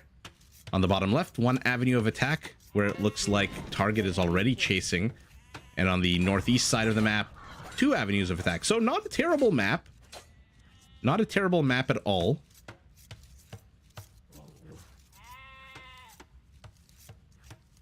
Yeah, Catherine, I'll put up a picture of it. I wonder if it's available in the US. I like spicy mustard in general, though, so I It's delicious.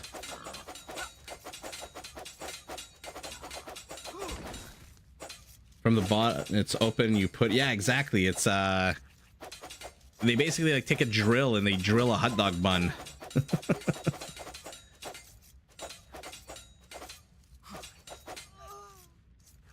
Yeah, Thomas Lav, that is exactly when I had the closed bun hot dog when I was in Berlin and in Vienna, a little bit tipsy.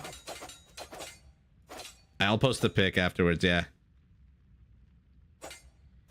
In Chicago, you get shot for putting ketchup on a hot dog. In all fairness, Chicago hot dogs, or the hot dogs that you find in Chicago are just absolutely, I mean, what's the word I'm looking for not to offend anyone from Chicago? Batshit fucking crazy? The hot dogs in Chicago?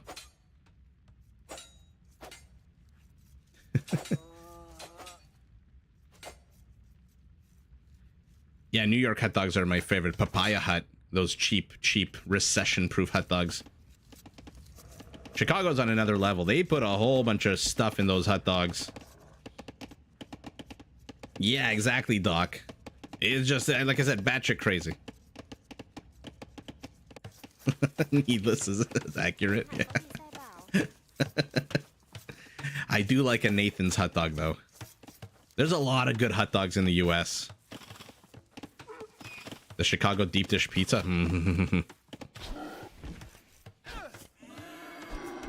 I follow too many food channels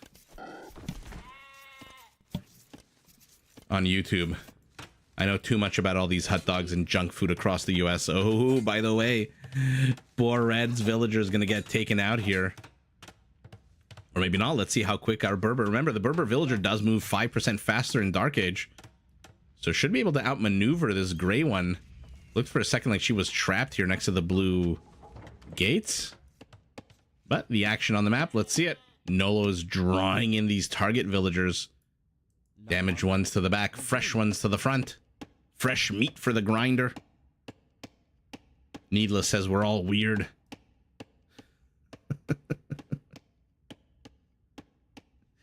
Gotta keep those hospitals profitable. Oh man.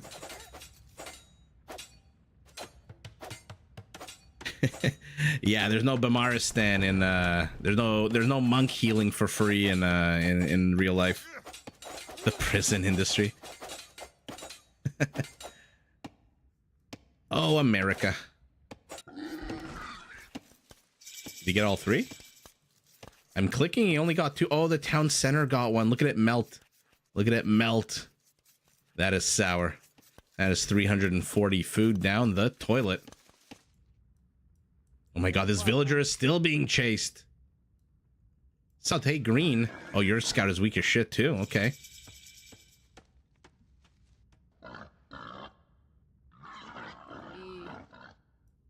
Yeah, poor boar. This is crazy. Let's see how many villagers the players are sending. How much of their economy is being lamed fighting over these 15 tiles. Red is sending 4 villagers out of 22, so a fifth of his economy. 11 out of 21 for gray, half of his economy.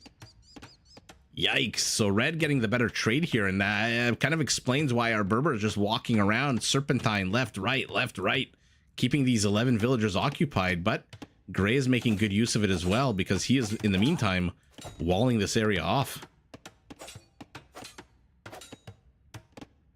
So everyone is playing mind games with everyone else. It looks like the villager finally died to the bear. Oh, did the bear have 1 kill? Sorry, guys, I'm going to do something I almost never do. Oh my god, after all this time, the freaking bear got the kill? I guess I could have just clicked on the villager and seen he has 0 kills. After all this time, the bear got the kill. You can run from your fellow man. You cannot escape Mother Nature, though. Synchronized bear kills.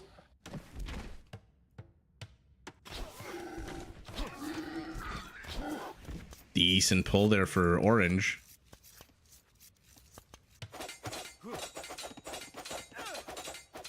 I mean, Target is just laming his entire economy. Out of 24 villagers, he still has 10 of them here. and 11th doing nothing. At least wall this area off. But he's got 48 wood. I mean, that should be enough to wall this off, no? Yeah, Gaia is not to be trifled with. Or as Michael Scott would say, truffled with. So everyone but, big surprise, Red and Gray are in the feudal age. Red has 174 food. Gray has 15 food, 1-5. Not even 5-0, 1-5. Which means no more villagers for him. I don't even know where his 7 villagers on food even are. Oh, they're on berries, the slowest. The slowest food gathering rate in the game. So, oh no. Blue needs to get his ass over here. And Blue, by the way, has a house here, a barracks here, a stable here. And what do I see moving north? 3 Bulgarian scouts. Okay. Might want to help Gray out instead of having adventures on the other side of the map. These villagers do have loom. You, on the other hand, do not have bloodlines, do not have any attack upgrades. You don't even have any armor upgrades. I'm not too sure what he hopes to accomplish here. Our Goth has finally gotten 29 food. Nolo is creeping up slowly. He at least has a fishing industry up. Gray doesn't even have that. By the way, only 2 lakes on this map, and luckily for Red, he got one of them. And look at this little sandbar. I don't think I've ever seen that. Can you drop a villager off here with a transport and then build a dock in the middle of the lake? Because if you can, that is a fantastic place for another, what, 11 or 12 fishing ships in the middle of the lake? That is very interesting. On the other hand, more standard lake here for Orange.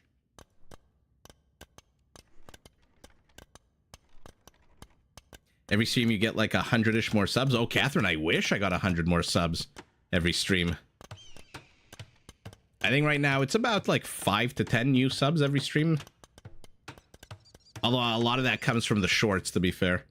Tomislav, in my opinion, Valis is hands down the best Rage Forest player.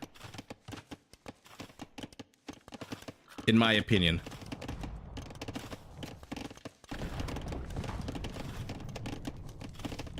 Blank Gamers hates YouTube ads. Well, during the live, there shouldn't be any YouTube ads, even though I keep getting notifications from YouTube. It's funny on my on the system that I have here. It keeps giving me pop-ups that says this is a good time to insert an ad, and I didn't even know you could insert ads in the middle of a live stream. But there you go. But there are ads in my videos. I will confess.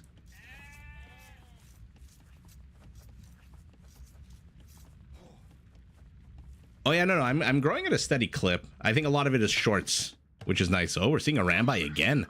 Take us back to game number 1. Although, there's no Saracen this time, but there is a quicker Eagle Warrior from our Mayan. Okay, let's see 100 HP Eagles. What do I think about Hera as a Black Forest player? I think he's pretty good. I wouldn't say he's the best in Rage Forest. I'm assuming, Ian, you mean 4 versus 4, not like 1 versus 1. 1 versus 1, obviously, he's like the best player. I think on most, if not all maps. But in a team game, it's very hard to say because it depends on where you spawn. It depends what your base looks like. For example, look at Purple. Has a nice, safe expansion to the back. Doesn't have to deal with anything. Can put 1 town center, 2 town center, start getting all of these resources. Depends on your civ. Hera is Hera. He's the best player in the world for a reason. But he's the best 1v1 player, whereas I think Valis on the whole in a 4v4 is the best Rage Forest player game. Best Rage Forest player that I've seen.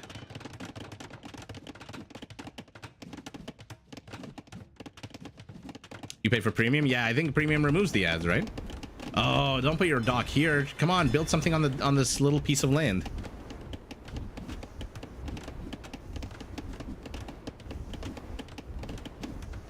Oh my god, Rubenstock. There's a fun player to watch. I love watching Rubenstock games. Rubenstock is like the original Red Phosphoru and the original U-Pudding, coming up with a bunch of weird little things to play he enjoys. Hera plays as flank? Exactly. Well, yeah. You want Hera playing as the flank. I will say, in terms of being flank, if he gets pushed into, it's very hard to dislodge Hera. You have to catch him with like a 2 versus 1 or a 3 versus 1 with his teammate not helping him, which can happen on a team game. Ooh, he's going straight for the monks. These aren't Aztec monks. They're not even Bengali monks. So they die immediately to the light cab.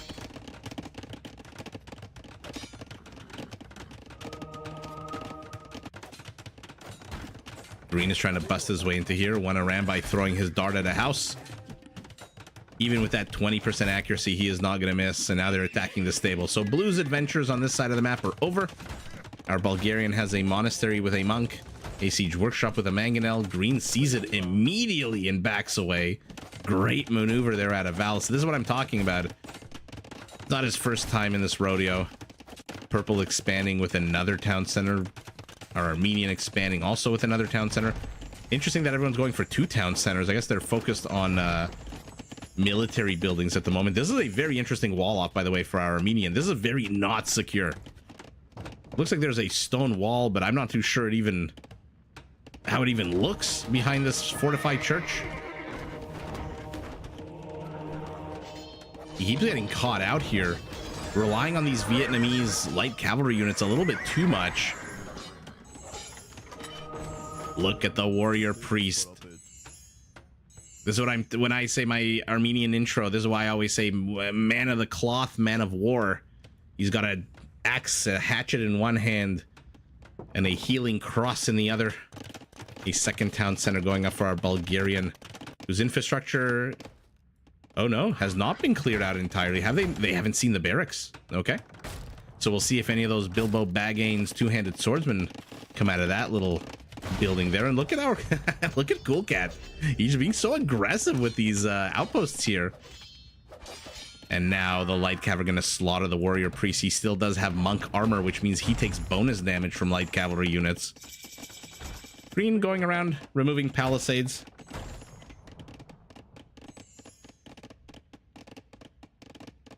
Catherine, I appreciate that. It'll happen this year. Like I said, I have big plans for the channel. I always told myself I would try the channel, see how it goes. I would try to be as consistent as possible with one video a day, and then one video a day became one video and a live stream once a week, and a live stream once a week. Then I added shorts, and I always told myself, get to 10,000 subscribers and then see what it looks like. So at 10,000 subscribers, I'll really evaluate if I want to go full throttle with this channel. And if that happens, then for sure I'm going to get a Patreon, and we'll do some exclusive live streams and exclusive content. It'll be super fun. Max is also, by the way, a very good player. Max is a very underrated player. Warrior priests are a actual beautiful unit. The double fisting dagger hatchet combo. As are, by the way, the Georgian and Armenian castle. I think I said it in the first game I casted. Very Lord of the Rings, Helm's Deep vibes. But uh-oh, hey. Going monks against light cavalry is definitely a risky maneuver here. Oh yeah, Tomislav, I'm full of promises. You should know that by now. The Rambai move in. They try to get a unit, but their accuracy is so freaking bad. They get nothing, Jon Snow. And now our Hun going up the walls. Really? Okay. I thought you would put on some aggression here. Maybe they saw the castle and decided to back away. Everyone's in castle age. It looks like our Mayan is going to be the first to hit Imperial. Not a lot of gold, not a lot of food, so he's getting the Eagle. I thought he got the Eagle Warrior upgrade like an hour ago. Doc is making food. I'm assuming salmon lasagna again. Great shrimp. Yeah, he's a year and 2 months old. About time for him to get a job.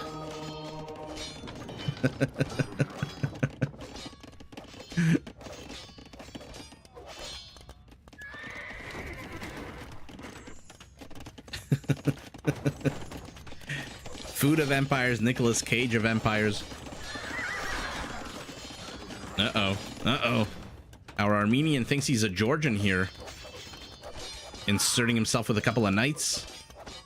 Oh my goodness, oh my gracious, we've got some Vietnamese battle elephants on the way. Remember, fully upgraded, these guys have the most HP out of any battle elephant in the game. 420 for all you potheads is a fun number of HP to have.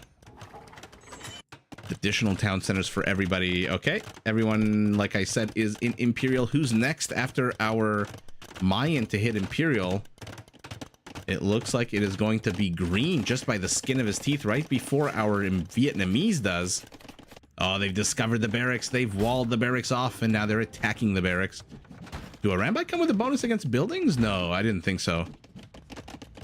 Heel is pinging over here. Does he want to cut? What does he want to do? What was the point of this wall off?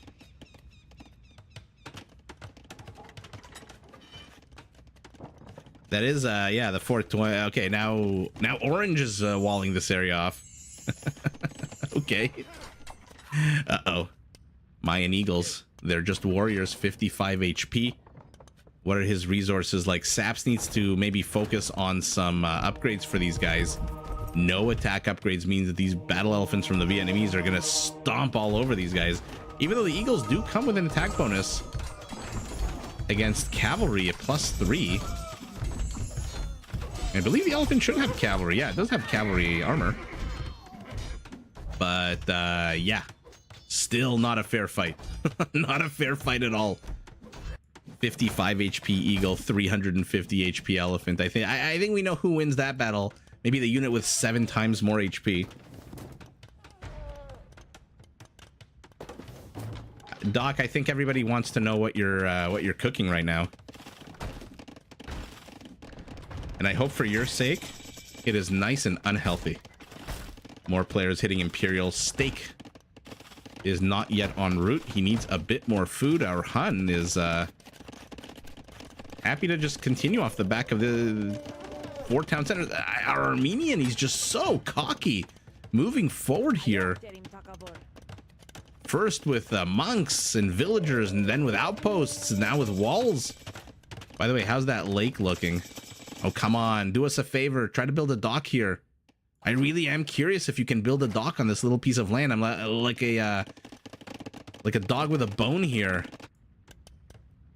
Orange is just building a lot of wall-offs. You'd think that he was the Mayan with the 50% cheaper walls. Eagle Warriors are elite. No attack upgrades. They're going to have the final armor upgrade now. And we are approaching 35 minutes with not a lot of action, to be fair. Is weed legalized in the US? Depends which state. Some states yes, some states no. Legally, it's very interesting in America because the federal government, the overall government says it's illegal, but the states have said it is legal, some of them. But because it's federally illegal, it means you can't bank with weed transactions. So the stores that sell weed, they're mostly cash-based business because they can't open bank accounts because the FBI will raid them. It's a very weird hodgepodge of a legal mess. Whereas Canada just said, you know what, it's just make it all legal 5 years ago or so. They cut through the forest. The elephants are here. They have chatras. They are fully, well, not fully upgraded, but they're getting there. Just need 1 more attack upgrade and 2 more armor upgrades, but it doesn't really matter. 420 HP on an elephant is pretty bonkers. But some halberdiers are here. They will last about 5 seconds. Bacon, egg, and cheese and hash brown on a brioche bun. Ooh, I love those soft brioche buns. But yeah, Tomislav, Germany did just legalize weed. DEA, that's right, can still come after you. There's a lot of like Canadian businesses that are their CEOs can't travel to the US on business, on a business visa, because even though it's legal in Canada, if you're like the CEO of a weed company and you travel across the border, that's a federal thing. And so the federal government, because it still recognizes that it's illegal, makes it very difficult for like CEOs of marijuana companies to travel to America. It's all very weird.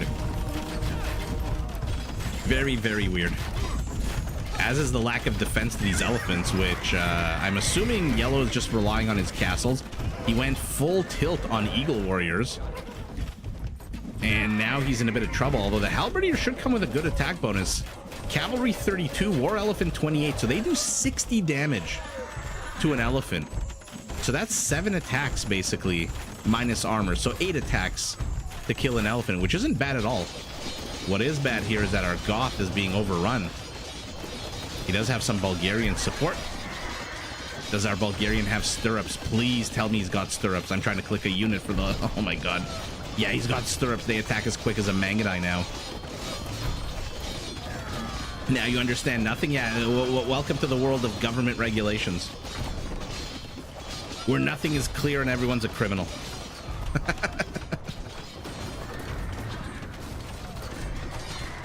Our Bulgarian using those cheaper upgrades to go up to Siege Onager.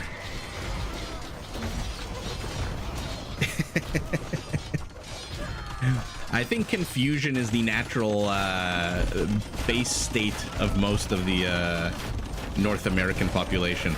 By the way, I love that these elephants are hiding a little surprise, like a Kinder Egg.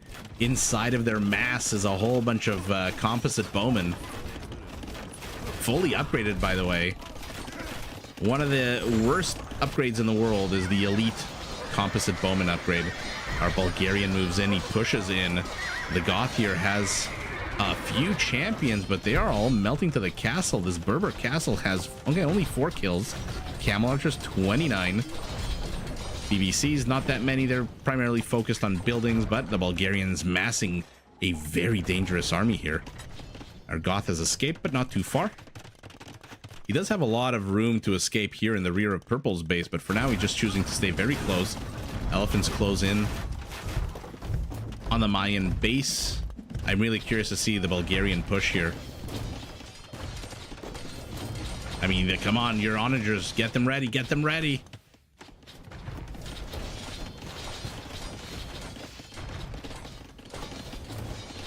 Yeah, Tomislav, same in Canada. You can grow enough for, like, quote-unquote personal use.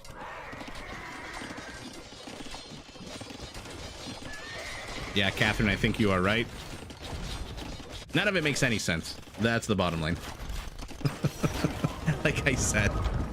Oh, goodness. A whole bunch of elephants died here to these Mayans.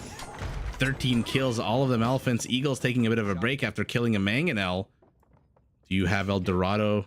No, you're still just at 60 HP, but you're finally going to get iron casting. That's something.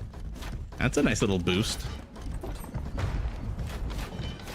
These elephants might want to turn around and engage in a choke point. They do have a trample damage built in of 0.4 tiles. So Halberdiers, as powerful as they are, will die quick. Maybe not quick enough. They're doing a lot more damage than I thought they would. I think half the elephants weren't really engaging in that battle. I don't know where the hell these guys are going. Like, you're butting heads with a wall, literally. Our Bulgarian continues to retreat inch by inch, tile by tile. His stables are down. Now our Goth is very exposed here. This is his only town center. He's building housing in the back.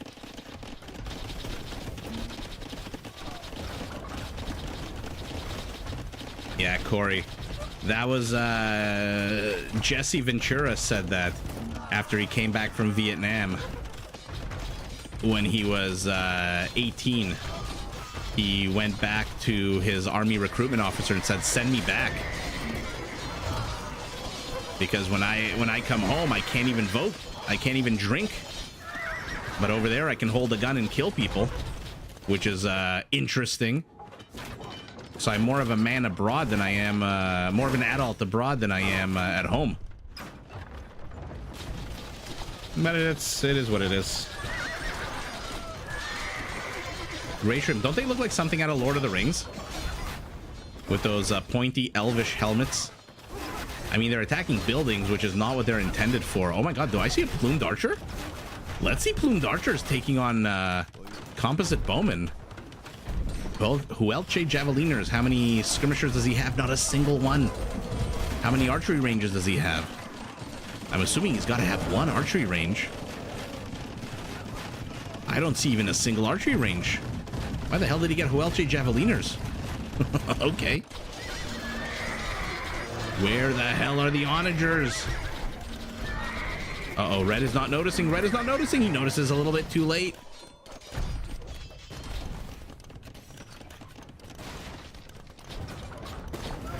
Right? They do look straight out of the Helm's Deep.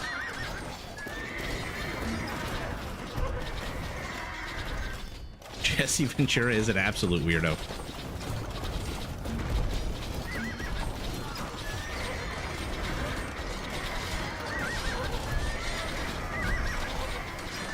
How many kills? By the way, this is a lot of camo archers. Where the hell is Chris when you need to have a Berber fan here? 108 kills for 58. And that number just keeps growing. Now we've got the Vietnamese pivoting to the south. We've got, oh, how many kills? Only 4 or 5. Okay, I thought it would be more. They're chasing in. Do we see any Mayan skirmishers? Yeah, he's got 21 queued up. But again, where are the archery ranges? Okay, he somehow built 8 archery ranges? How did I not see a single one before? Oh no, now bombard towers are here. Ooh, careful, Red. G-Hawk, hello, hello. Martin, hello. Glad everyone can join us tonight.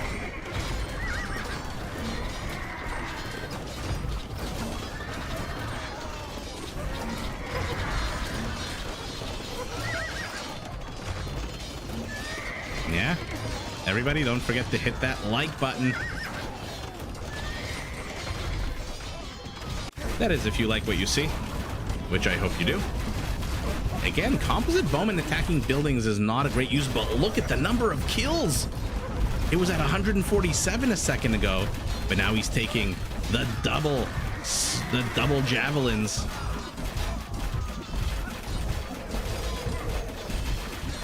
Plumed archers taking on an elephant. The last thing they want to be doing.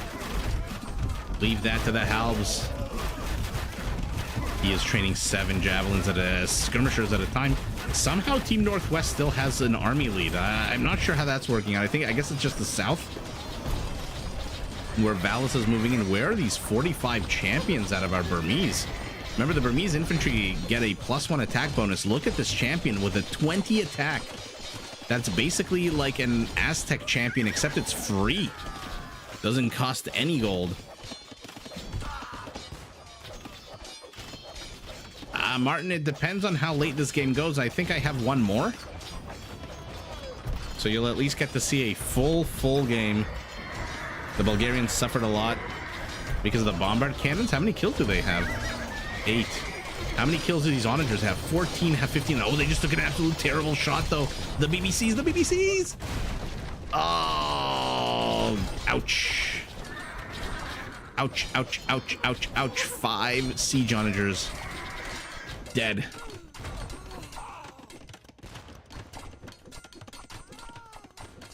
Elephants moving out.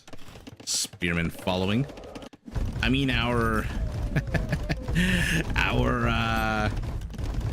Vietnamese is doing a good job. Now he's taking the stone right underneath Valis's nose. How the hell did he even get here with these villagers? Oh, they've been pushing in. C. Granati, thank you so much. Cheers from the Brazil. Thanks for the content. Thanks for the super chat. The currency in Brazil is the real? That's what the R is? I think so. I should know this stuff. Thank you so much. I appreciate it.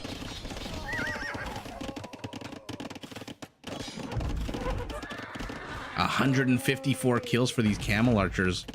Let's see them take on these elephants. Oh man, probably one-on-one not great, but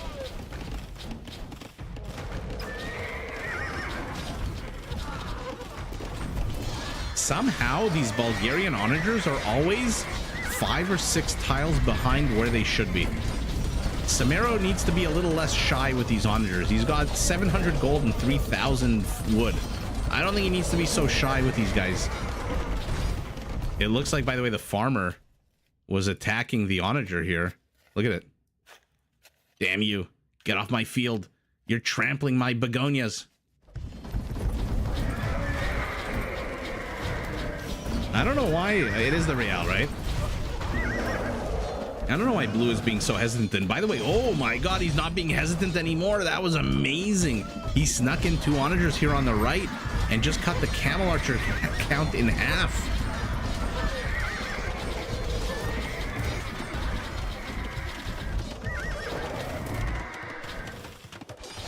That was pretty epic. Okay, I gave blue a hard time. I shouldn't have.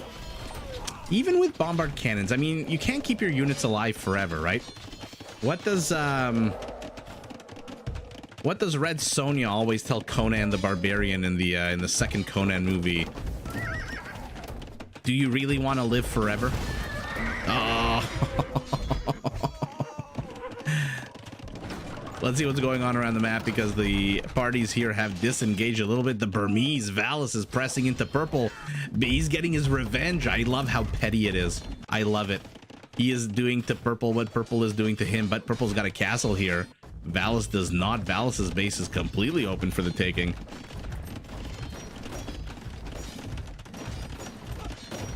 Gray Shrimp, I agree, but I don't even think blue is sending in 5 at a time.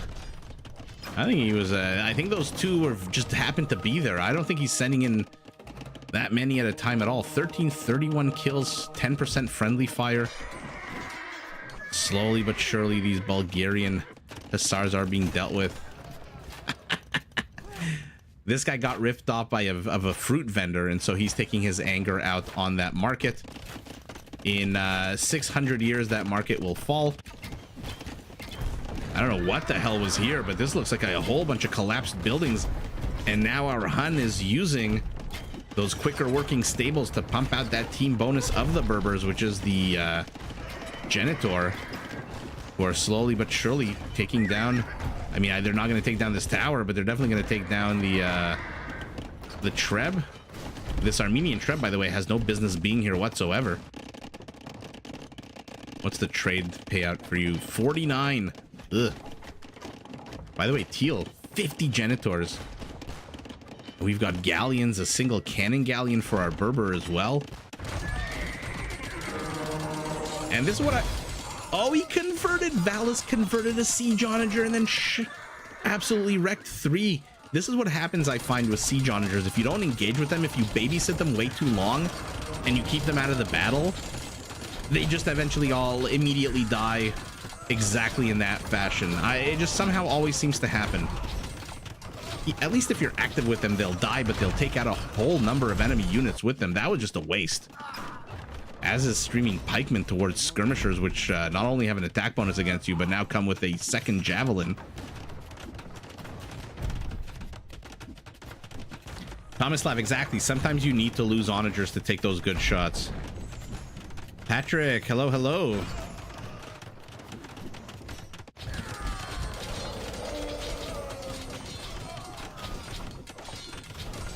I mean, these guys are just right. Look at how stacked they are for an onager shot. And where are the siege onagers? Are they still moving north, or are they on patrol command? What? They're on patrol command. No, they're moving north. Oh my god, this stupid tree, the stupid dead pine tree. Where the hell are these units going? Looks like, by the way, purple has been cleared out. Our Mayan... Oh. Everyone resigned and then target crashed the game? Well, there we go. That was a bit sour. I mean, when 3 of your 4 teammates resign, I guess the game is kind of over, but...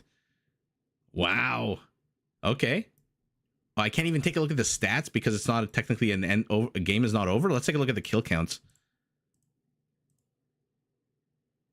Killed, dead. Let's see. Who had the most kills? 544. Our Armenian? Interesting. Valis, 523. Samaro, 334 with those very shy siege onagers. Wow. Well, that was interesting. The game did crash, it seems like, right? I mean, Target's still alive. I mean, alive in quotation marks. He's got a few town centers. He's got 170 villagers. Where the hell are these 61 halberdiers? Oh, they're going to be streamed into the camel archers, which have a decent attack bonus. Oh, actually, no, they don't. I thought they... Okay, never mind. Thought he would have had an attack bonus against those units, but okay. Let me load up the last game of the evening. I believe we should have one more. It sucks that I can't look at the stats if the game crashes, but what can you do? It is what it is. Bear with me for half a minute, and I'll be right back.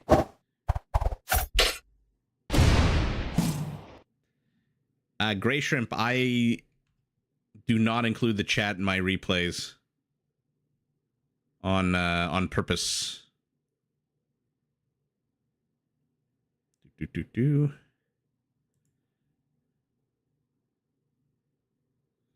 Just because I can't control what the players are going to say, and if I don't know what they're going to say, I don't want to have. Sometimes they say really weird things or offensive things, and I just don't want that.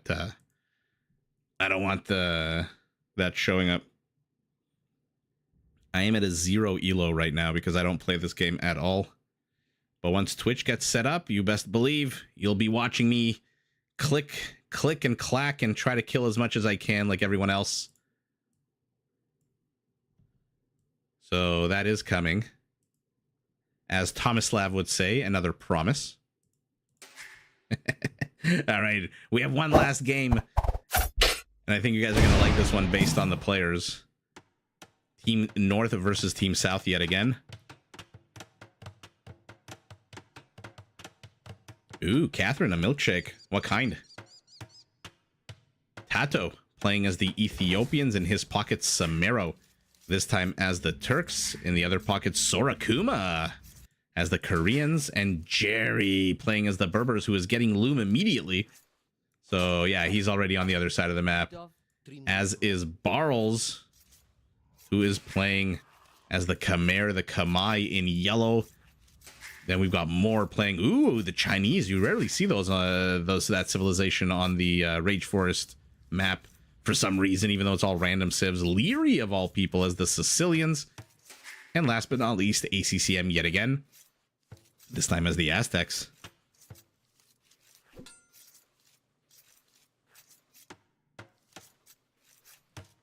I went to Walmart yesterday with the fam, and we just had to stop. Right now they have the McDonald's drink days, summer drink days, where everything's $1. I just had to get myself that delicious ice cold Coca-Cola. Damn, McDonald's has the best Coke.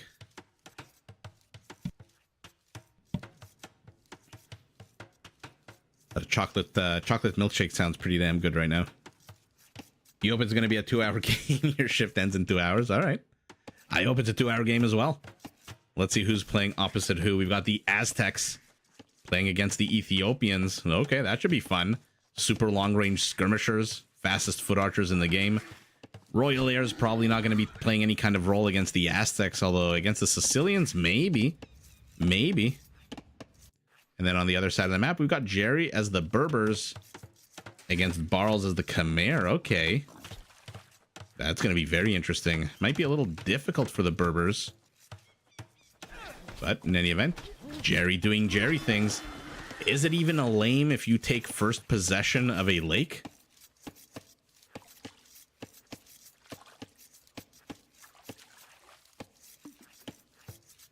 Oh yeah, Catherine, you have no idea how much of my food and drink consumption relates to how I always want something cold and sweet.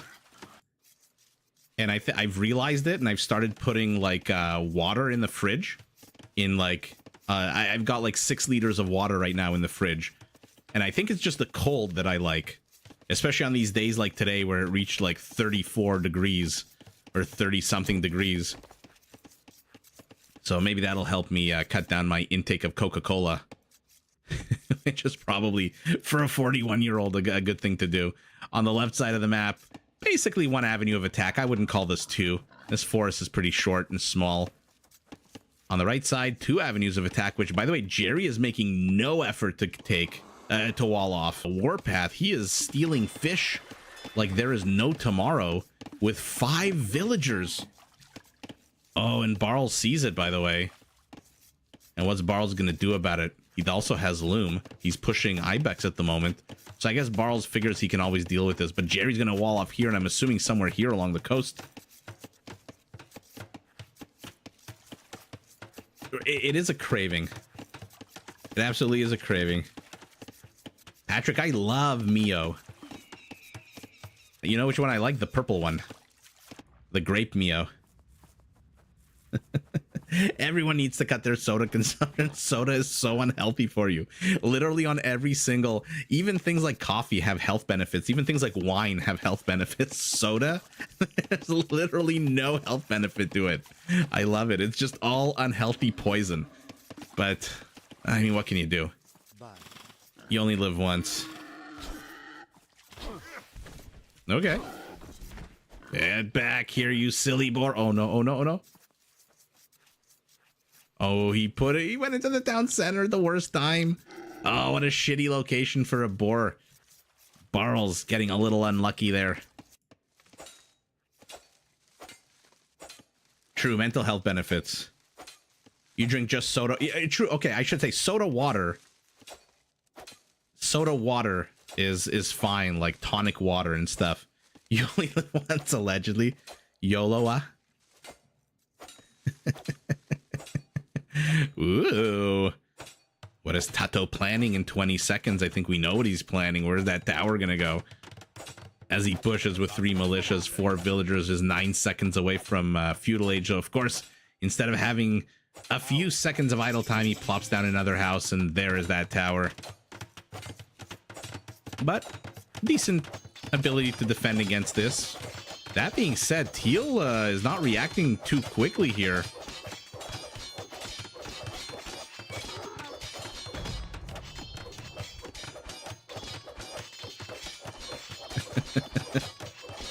I've never drank. I'm not a coffee person. I drank coffee once in my life, and I said this is definitely not for me. Snow Leopard on this map is what we're working with. Springs into action, gets double teamed and dies. And here we go, counter tower for our Aztec.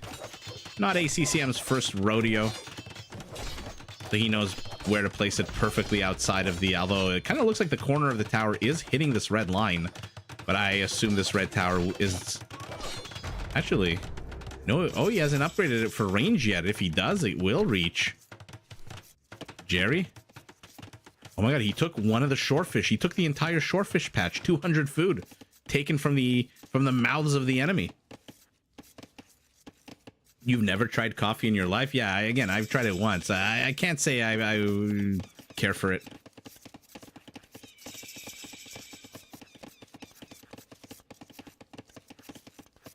It's the outline.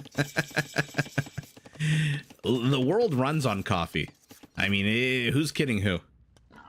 Without coffee, there's no way anyone would get would be able to be productive until like 11 a.m. or something. Martin, you like the coffee the older you get? Oh, yeah, Tomislav, I hate the smell of coffee. I absolutely hate it. It is such a powerful smell. It permeates everything. By the way, this is a very interesting secondary wall off. So Tato expecting to get pushed back, or at least wants to have a secondary line of defense in the event that his push isn't successful. Might want to move your scout and bring your man-at-arms here. That's exactly what he does. Barl's making no effort to take his lake back, but Jerry making no effort to land any units, although he is still in Dark Age. Uh-oh, still 2 minutes away from feudal. I love that he's walled off one part of the map, but not the other. Where are these villagers for Jerry? I'm trying to see what orange units I can see behind enemy lines. There you are. Oh, you are on your own against a whole bunch of units, but these scouts can't engage because they are dead. Together they have 6 HP. And Jerry abusing the quicker movement speed of the Berber. Again, we saw this last game with that chase of that yellow villager.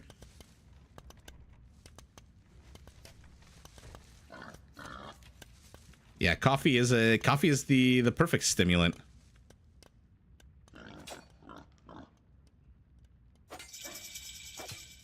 Yeah, my wife has a whole press and stuff.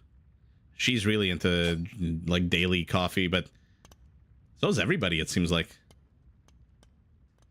Doc is hearing coffee slander.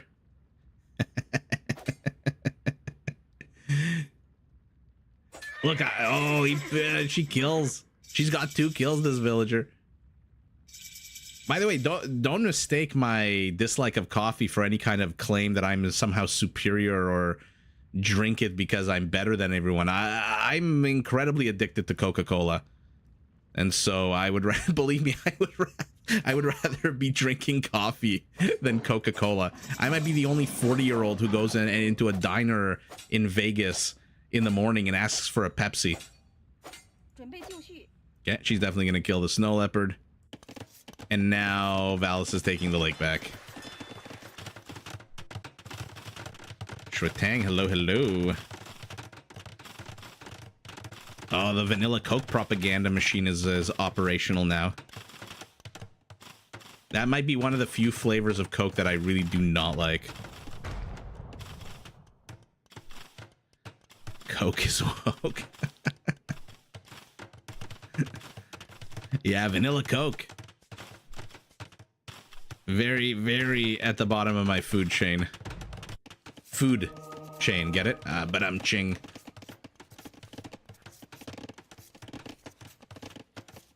What is Pepsi Twist? Can't say I'm familiar with that. Shwetang, you got your coffee on the way? It's the morning for you, right, Shwetang? So you should be drinking a coffee now.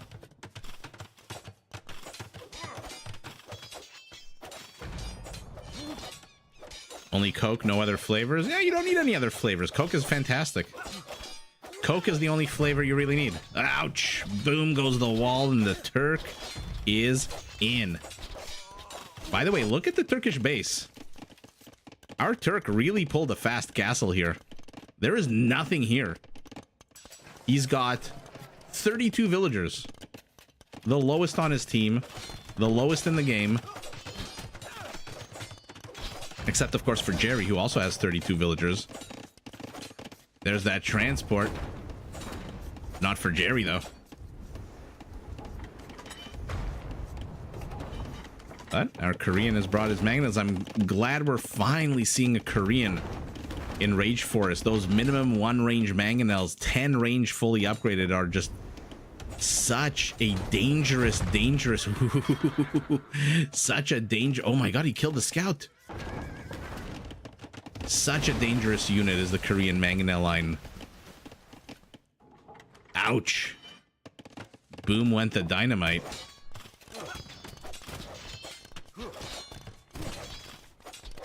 Oh, the one with lemon in it. Yeah. Okay, now I remember. Shwetang, I knew you're drinking original Coca-Cola in a glass bottle is still so freaking good.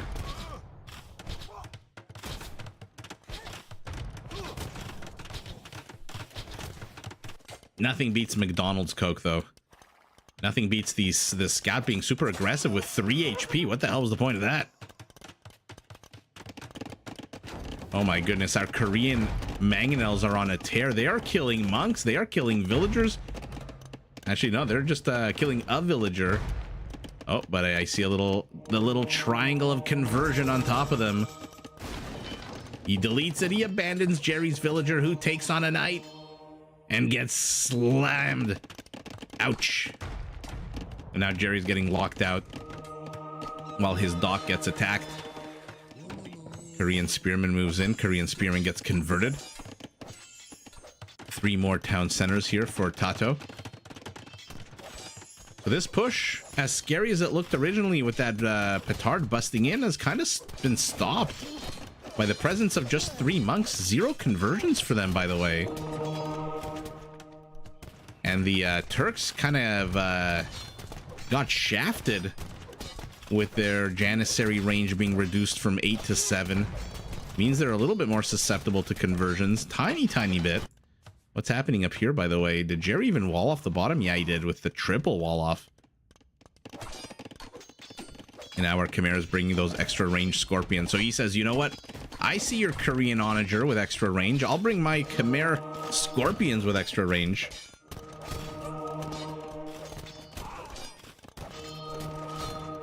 Oh my god, Mexican Coke is the best with cane sugar instead of white sugar. All of those monks for 1 frickin' Janissary.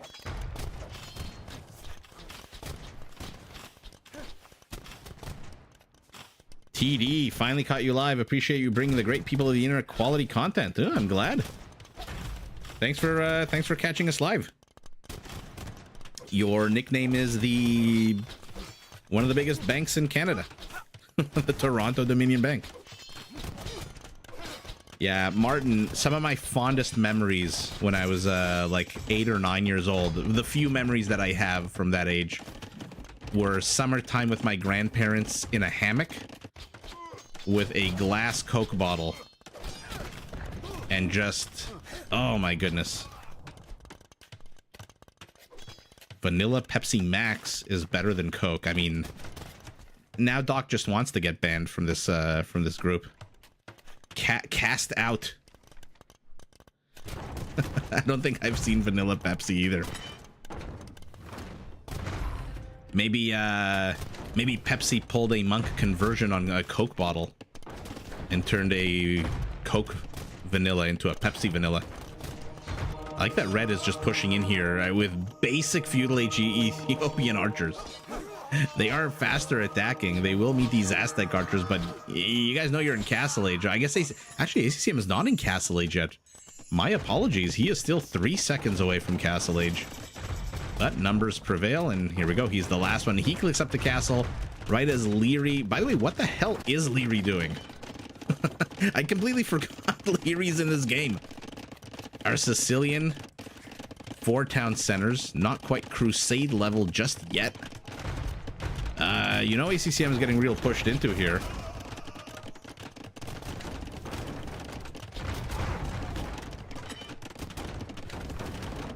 Ooh, Catherine, I don't know about that's a bold statement. I've struggled with this myself. I remember when I was starting to date my wife, we went to they have a hot sauce festival in Toronto once a year. And during this festival, they have that blind test where you have to decide if it's Pepsi or a Coke. And I got 10 out of 10 accuracy.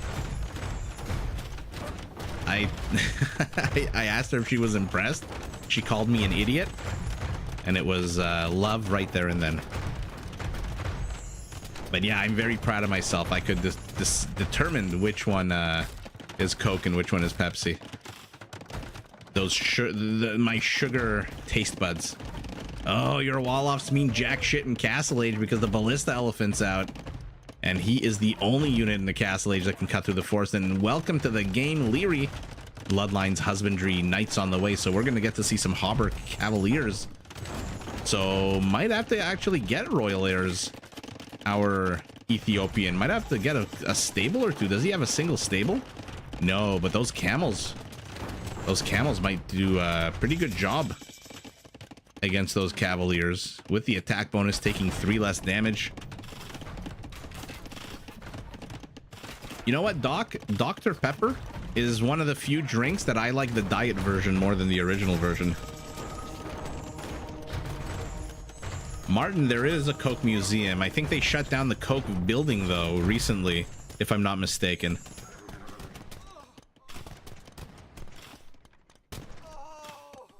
Oh, TD, you actually work at a bank? That's hilarious.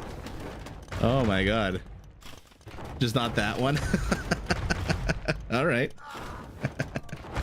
What's the name of that? I always forget. What's the name of that legislation from like the 1930s in the US that it banned bank mergers in America after the Great Depression, after the stock market crash of 29? What the hell was the name of that legislation that banned them from buying one another and merging into one like big mega bank? There's Hauberk, by the way. I agree, Catherine. Regular Dr. Pepper is so gross. Diet Dr. Pepper is strangely delicious. No, Dodd-Frank is too new. It's a really old piece of legislation. Catherine, they fucked up your order? Oh my god. I hate when they do that. Especially at a place like McDonald's. I once ordered Taco Bell. I had like 7 or 8 different tacos. And I got the fire sauce. And they didn't give me a single packet. And I hated it.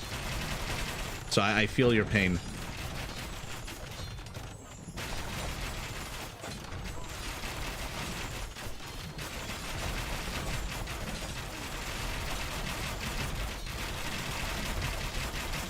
Okay. There's a lot of Chukanus behind here. I'm assuming based on all the arrows I'm seeing.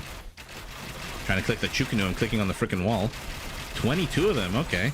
What are they attacking? A house or the wall? Or well, I don't know what they're attacking. They're just buying time while the ballista elephant cuts its way.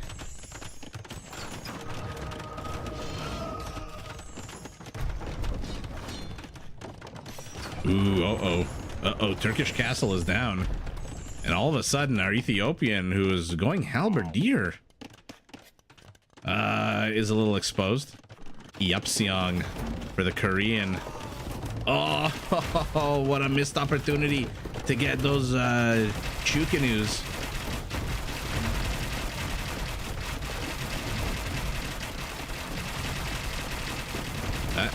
Rams are being chased.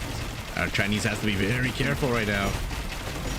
Viper's Pit, best stage broadcaster. Thank you so much. I appreciate that. Welcome to the live stream. Ooh, our Ethiopian is engaging. Royal Airs doesn't apply to your halberdier, so you are going to get absolutely overwhelmed by the hauberk. The hauberk is going to get you. Although the Cavaliers still need blast furnace. Heavy ballista, elite ballista elephant rather. And there we go.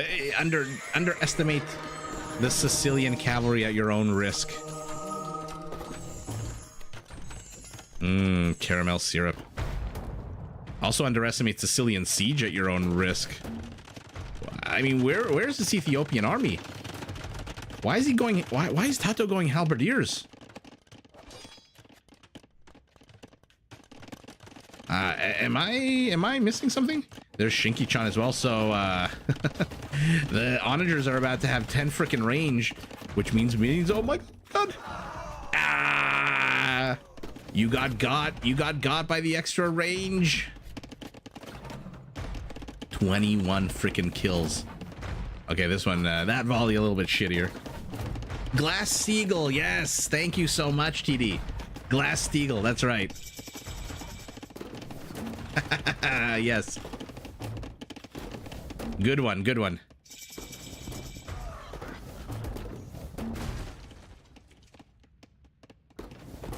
Yeah, the chunky Khmer boys are coming out.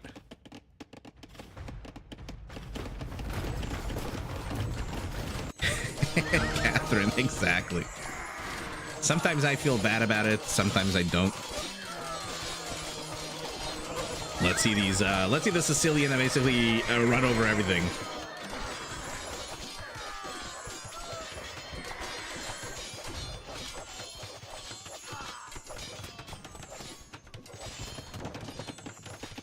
Okay. Overrun. Ballista elephants, how many kills? 13. Do I see one bolt or two? I think I see two bolts. Yeah, okay, so we've got double crossbow. Double bolt on the elephant, basically. Trade is starting to go up. What is the payload? Does any of you have a sack on your back? Let's see.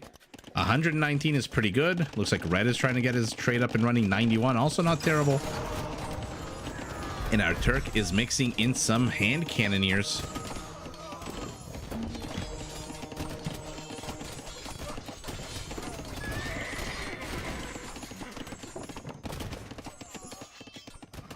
Okay, but numbers alone prevail. There's... Okay, so our Ethiopian is at least mixing in some siege with torsion engines. Gross. Gross. Down they fall, and now our... as good as those Korean onagers are, they are getting pushed back. Our Berber, Jerry.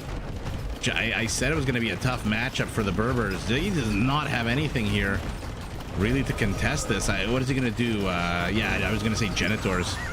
They're cheap enough in quantity. You know what? Korean halberdiers are cheaper than normal, right? They do save on the wood. So let's see how well they do here against these ballista elephants. He can pump out a large number. Name of the game here for gray and orange is trash, trash, trash.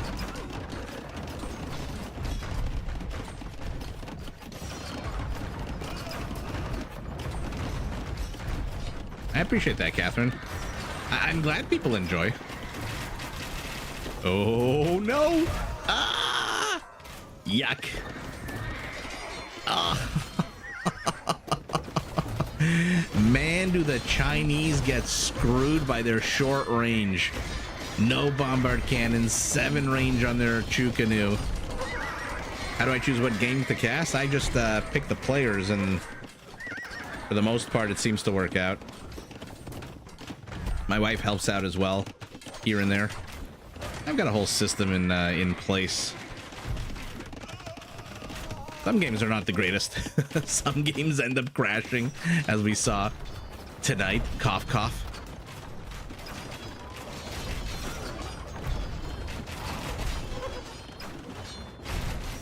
Oh, that is funny. You were running your computers from an e-bike? By the way, Catherine, that Dunder Mifflin shirt for the Meredith Run for the Cure, you can buy that on Amazon. I think that's where I got it. Ooh, Chinese Cavaliers are not exactly Hauberk, and so they are absolutely melting here. On the other side of the map, our Ethiopian, who, again, I'm really curious as to why he's going Halberdier. You have so many more powerful units. You've got 1,600 gold. You are not yet in the position where you need to worry about resources. My wife is the true cat. Yeah, she's the real the brains behind the operation. A 90s LAN party.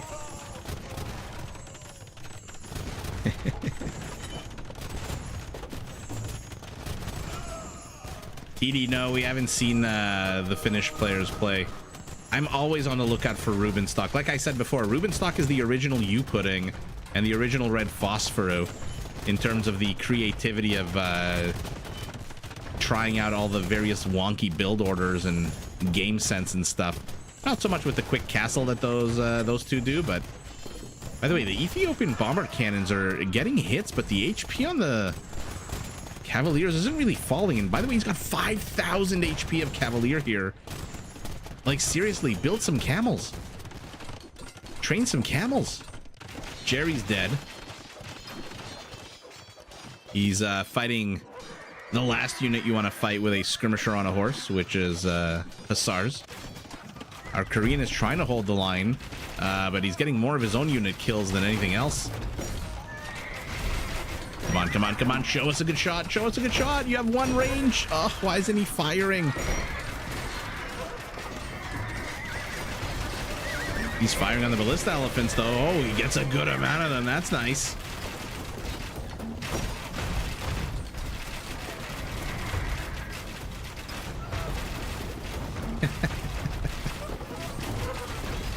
A 486. Holy moly.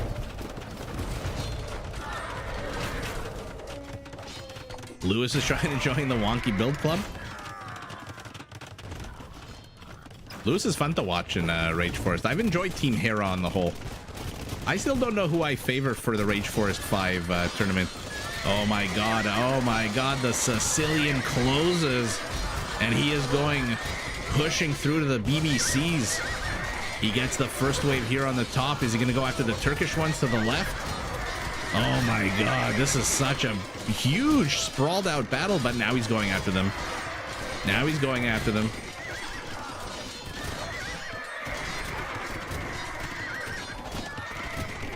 The Ghoul, nice to see you, and exactly, I would love to see those two play. Huang hasn't been playing as much Celt lately. He's been focusing on Vietnamese from what I can tell. The Sneaky Ville Club. Also, I don't think Huang would play like a 70-hour game like Rubenstock did. Jerry is getting... What, has Jerry escaped with any villagers at all? He's got a villager here. He's building a bunch of houses. Where is the military-industrial complex? What are his resources like? 1,200 stone, not a single castle. Our Korean with the longer range towers, with the longer range onagers. This is juicy. This is juicy. Let's see it. Oh, what a missed opportunity. That sucked. That did not suck, though. Holy moly. Look at him like a chessboard. Collapsed onto the ground. That was fantastic. Out of Sorakuma. And by the way, these guys are still here. Oh, no, no, no, no, no. You've left them undefended against the Hussars. Ah. Okay, and now the ballista elephants are gonna kill one more before running away. But he is getting the trebs. Man, that 10 range on an onager is like next level dangerous. That was another good attack round there out of Gray. Gray's got 10 onagers. I only see 2. What am I missing? Where are these Gray onagers? Why are they stuck here? Because they're stuck behind Jerry's houses. Look at them. They're trying to get through. They can't. Unless they're trying to cut a path? No, they're not. Turkish bombard towers. 13 frickin' range.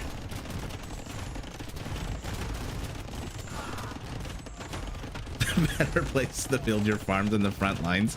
I would imagine so. True, it's a proletariat meat shield.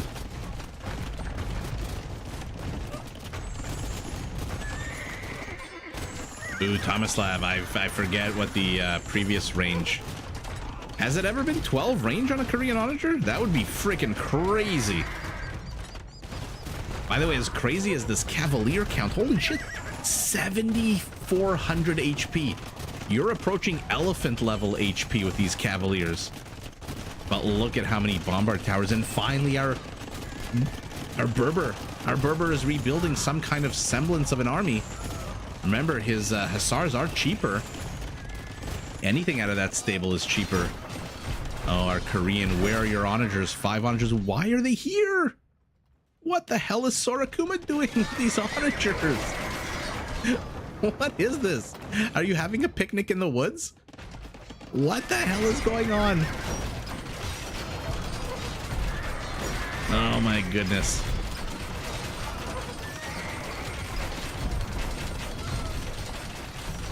Patrick, what was your high school nickname?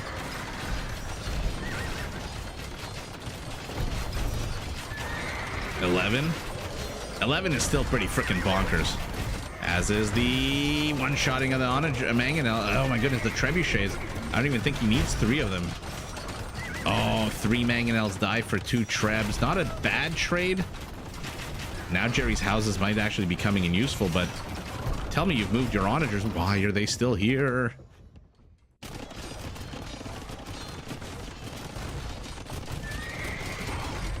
Our Sicilian is up to 8,000 HP of. At this point, delete your houses. Dare I say, delete your monastery and just surround this army and kill it. Proletariat meat shield.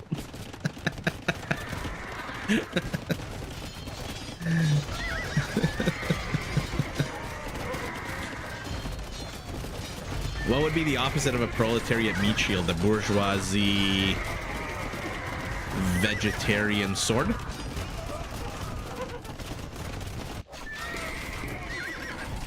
How many kills on the ballista elephants? Only 6.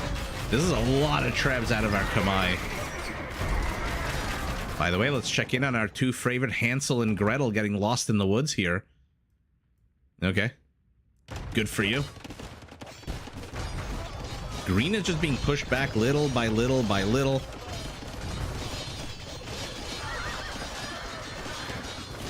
I told you to delete your monastery. You were going to lose it anyway. Now you have to contend with even more Turkish bombard towers, but we've got some Chinese bombard towers here. We had a Chinese bombard tower here.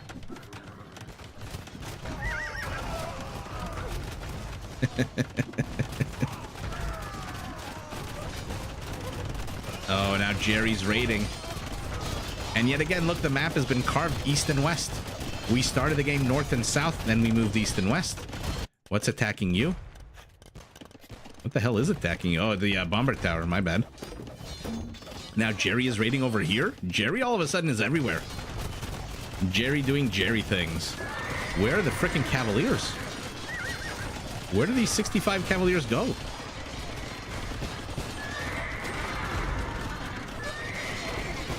Ooh. Ooh. This is where they're going. He has a long way to frickin' go, and he's gonna go straight into some towers. But Korean towers. Scary, but not super scary for Hauberk. Look at how much Pierce armor these guys have. 8. Husker, not Husker, Eagle Warrior level. Yeah, Shwetang, it is freezing a little bit here and there. How many bombard cannons are there? Our Turk is transitioning to Cav Archers, Sipahi, Elite Genitor, and alright, that's right, Sipahi does affect Genitors for the Turk. Oh, let's look at these crazy HP skirmishers in a second. How many? Our Turk has 31 bombard cannon, bombard towers. Only 31 kills though. And I think he just lost all his Genitors somewhere. Okay. I'm waiting for the 0 to become a 1, but he is population cap.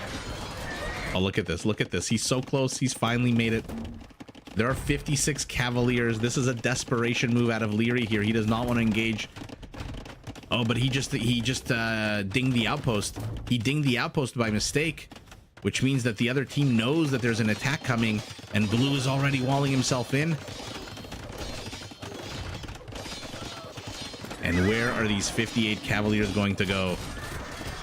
All of a sudden, we've got 75 HP Elite Genitors. Time for bed, needless to you. Have a fantastic night.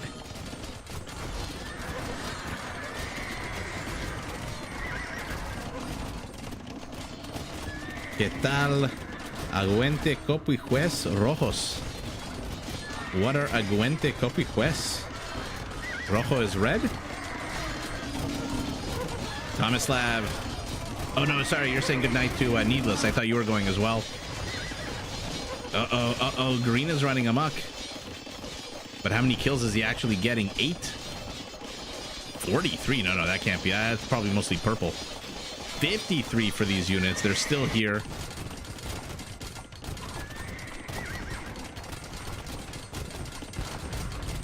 Okay.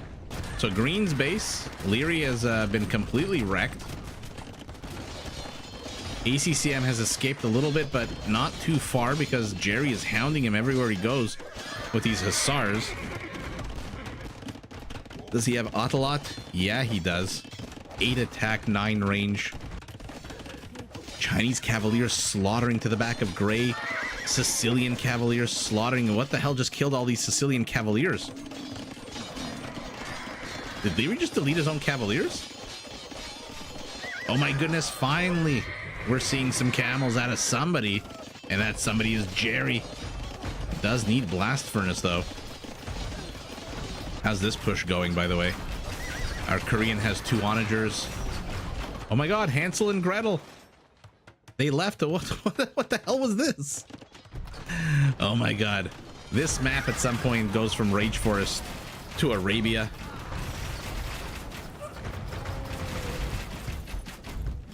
TD, no, these are just ranked ladder matches, so there's not any kind of tournament, no prize pool. Mostly, they probably just played a practice for the Rage Forest 5 tournament, which there were a few games played a few days ago. What can you say? Look at the HP on an Elite Genitor from the Turks with Sipahi. 95 HP. Holy shit, do the Turks have a lot of HP on their Cav Archer units. But it doesn't really matter, not when you attack, get attacked by Hauberk. I mean, the scores are 5,000 points apart, which is massive, but Team North's army is about 100 smaller, villager population identical. And here we go, finally some Chukanus. Oh my god, hurry up, Ballista Elephants, you're needed here. They are gonna wreck these camels and Hussars. Ouch, ouch, ouch, ouch. Good meat shield out of purple.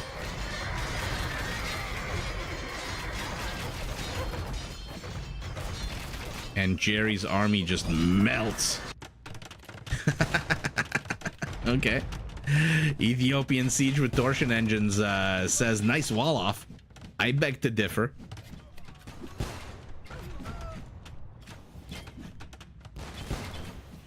Oh yeah, TD, these are players that are used to like talking to one another. I think a lot of them, even when they play ranked ladder, they still enable their voice chats.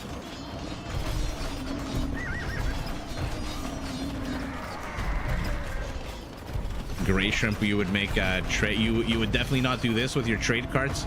You wouldn't run them face first. And oh my god, oh my god. You wouldn't run your trade units face first into a ballista elephant, who now have 73 kills. 34 of those are trade cards. So Leary's entire attack here has stalled. What does he have back home? Not a whole lot. Now we've got 100 HP cav archers from the Turk, who pivoted to this probably to snipe as much trade as he could. Look at this ridiculous and beautifully straight, by the way. Look at this.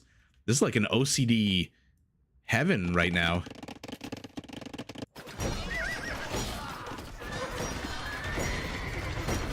I really wish there was a thing for...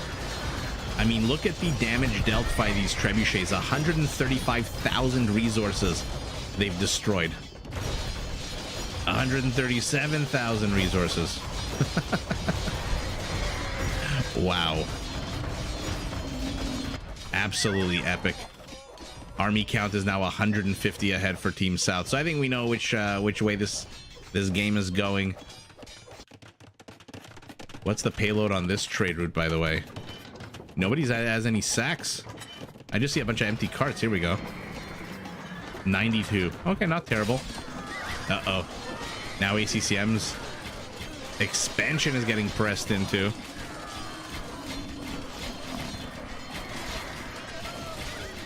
Oh, like an event organizer? Oh, sorry. Leary OCD confirmed. I mean, yeah, you don't make such a beautifully straight line through the forest. Oh my god, our Korean still has onagers. 7 of them to be exact. Okay. Look at the army counts now, 300 to 120. Damn you, villagers. Damn you. Hussars, says our Korean.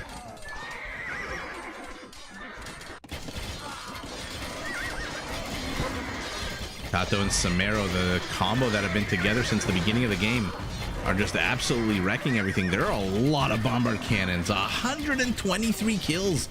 Almost 200,000 resources destroyed of the other team. I mean, who wins here against the Trebs? Let's actually put them side by side. 182,000, 125. Okay, so the bombard cannons from our Ethiopian take it. Thank you, Torsion Engines, for that.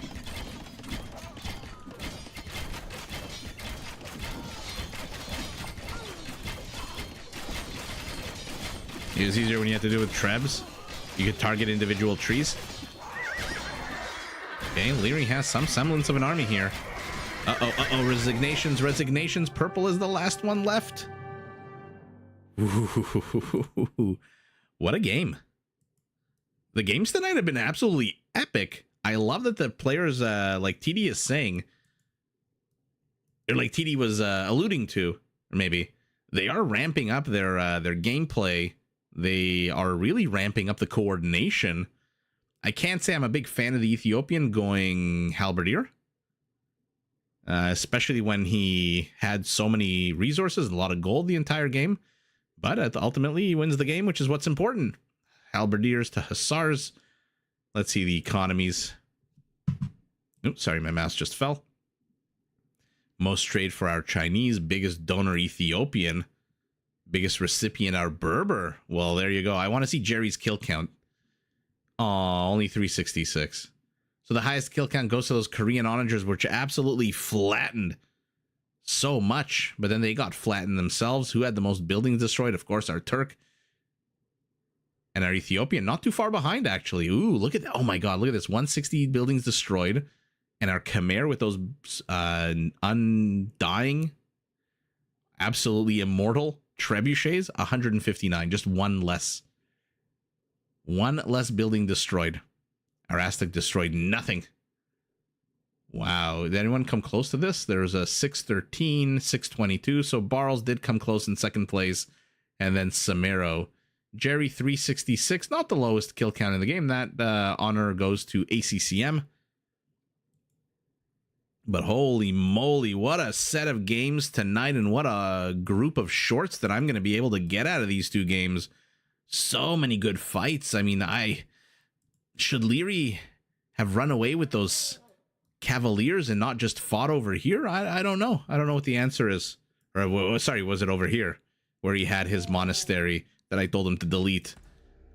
34 bombard towers, 57 kills. How many of that is trade? 36 trade and villagers. But in any event, everyone, thank you so much for joining for another midweek stream. I'm not 100% sure if I will be streaming tomorrow night. I do have a family birthday party to go to, and I will try. If I do stream, it'll be later in the evening, unfortunately. But if I don't stream tomorrow, I will see everybody on Saturday, and I really appreciate everyone who joined. And see, I'm getting a notification from YouTube. Now would be a good time to insert an ad, and now I'm saying my goodbyes. Silly YouTube. And by the way, look at the time the game ended. 1-1-1-1-0. One more second, and I would believe in Age of Empires synchronicity. But we're 1 second away, so now I believe in nothing. Thomas Lab, no promises for tomorrow. Oh my goodness. Oh, Catherine, what did I say I was going to post a picture of? Oh yeah, the mustard. I'm going to post a picture of the mustard onto the Discord. Throw an ad in? Nah. All right, everyone, have a good night, everyone. I appreciate you joining. If you haven't hit the like button. If you haven't joined the Discord, there's a pinned comment with the link. And as I promised Thomas Lav, every single stream for the last 10 streams, we will be having community games eventually this year. All right, I'll see everyone in the next one. I appreciate everybody commenting and joining. And yeah, have a fantastic evening. Have a fantastic morning for some of you. I'm looking at Doc. Even though you enjoy vanilla Coke, I will still, we can still be friends. Good night, everybody.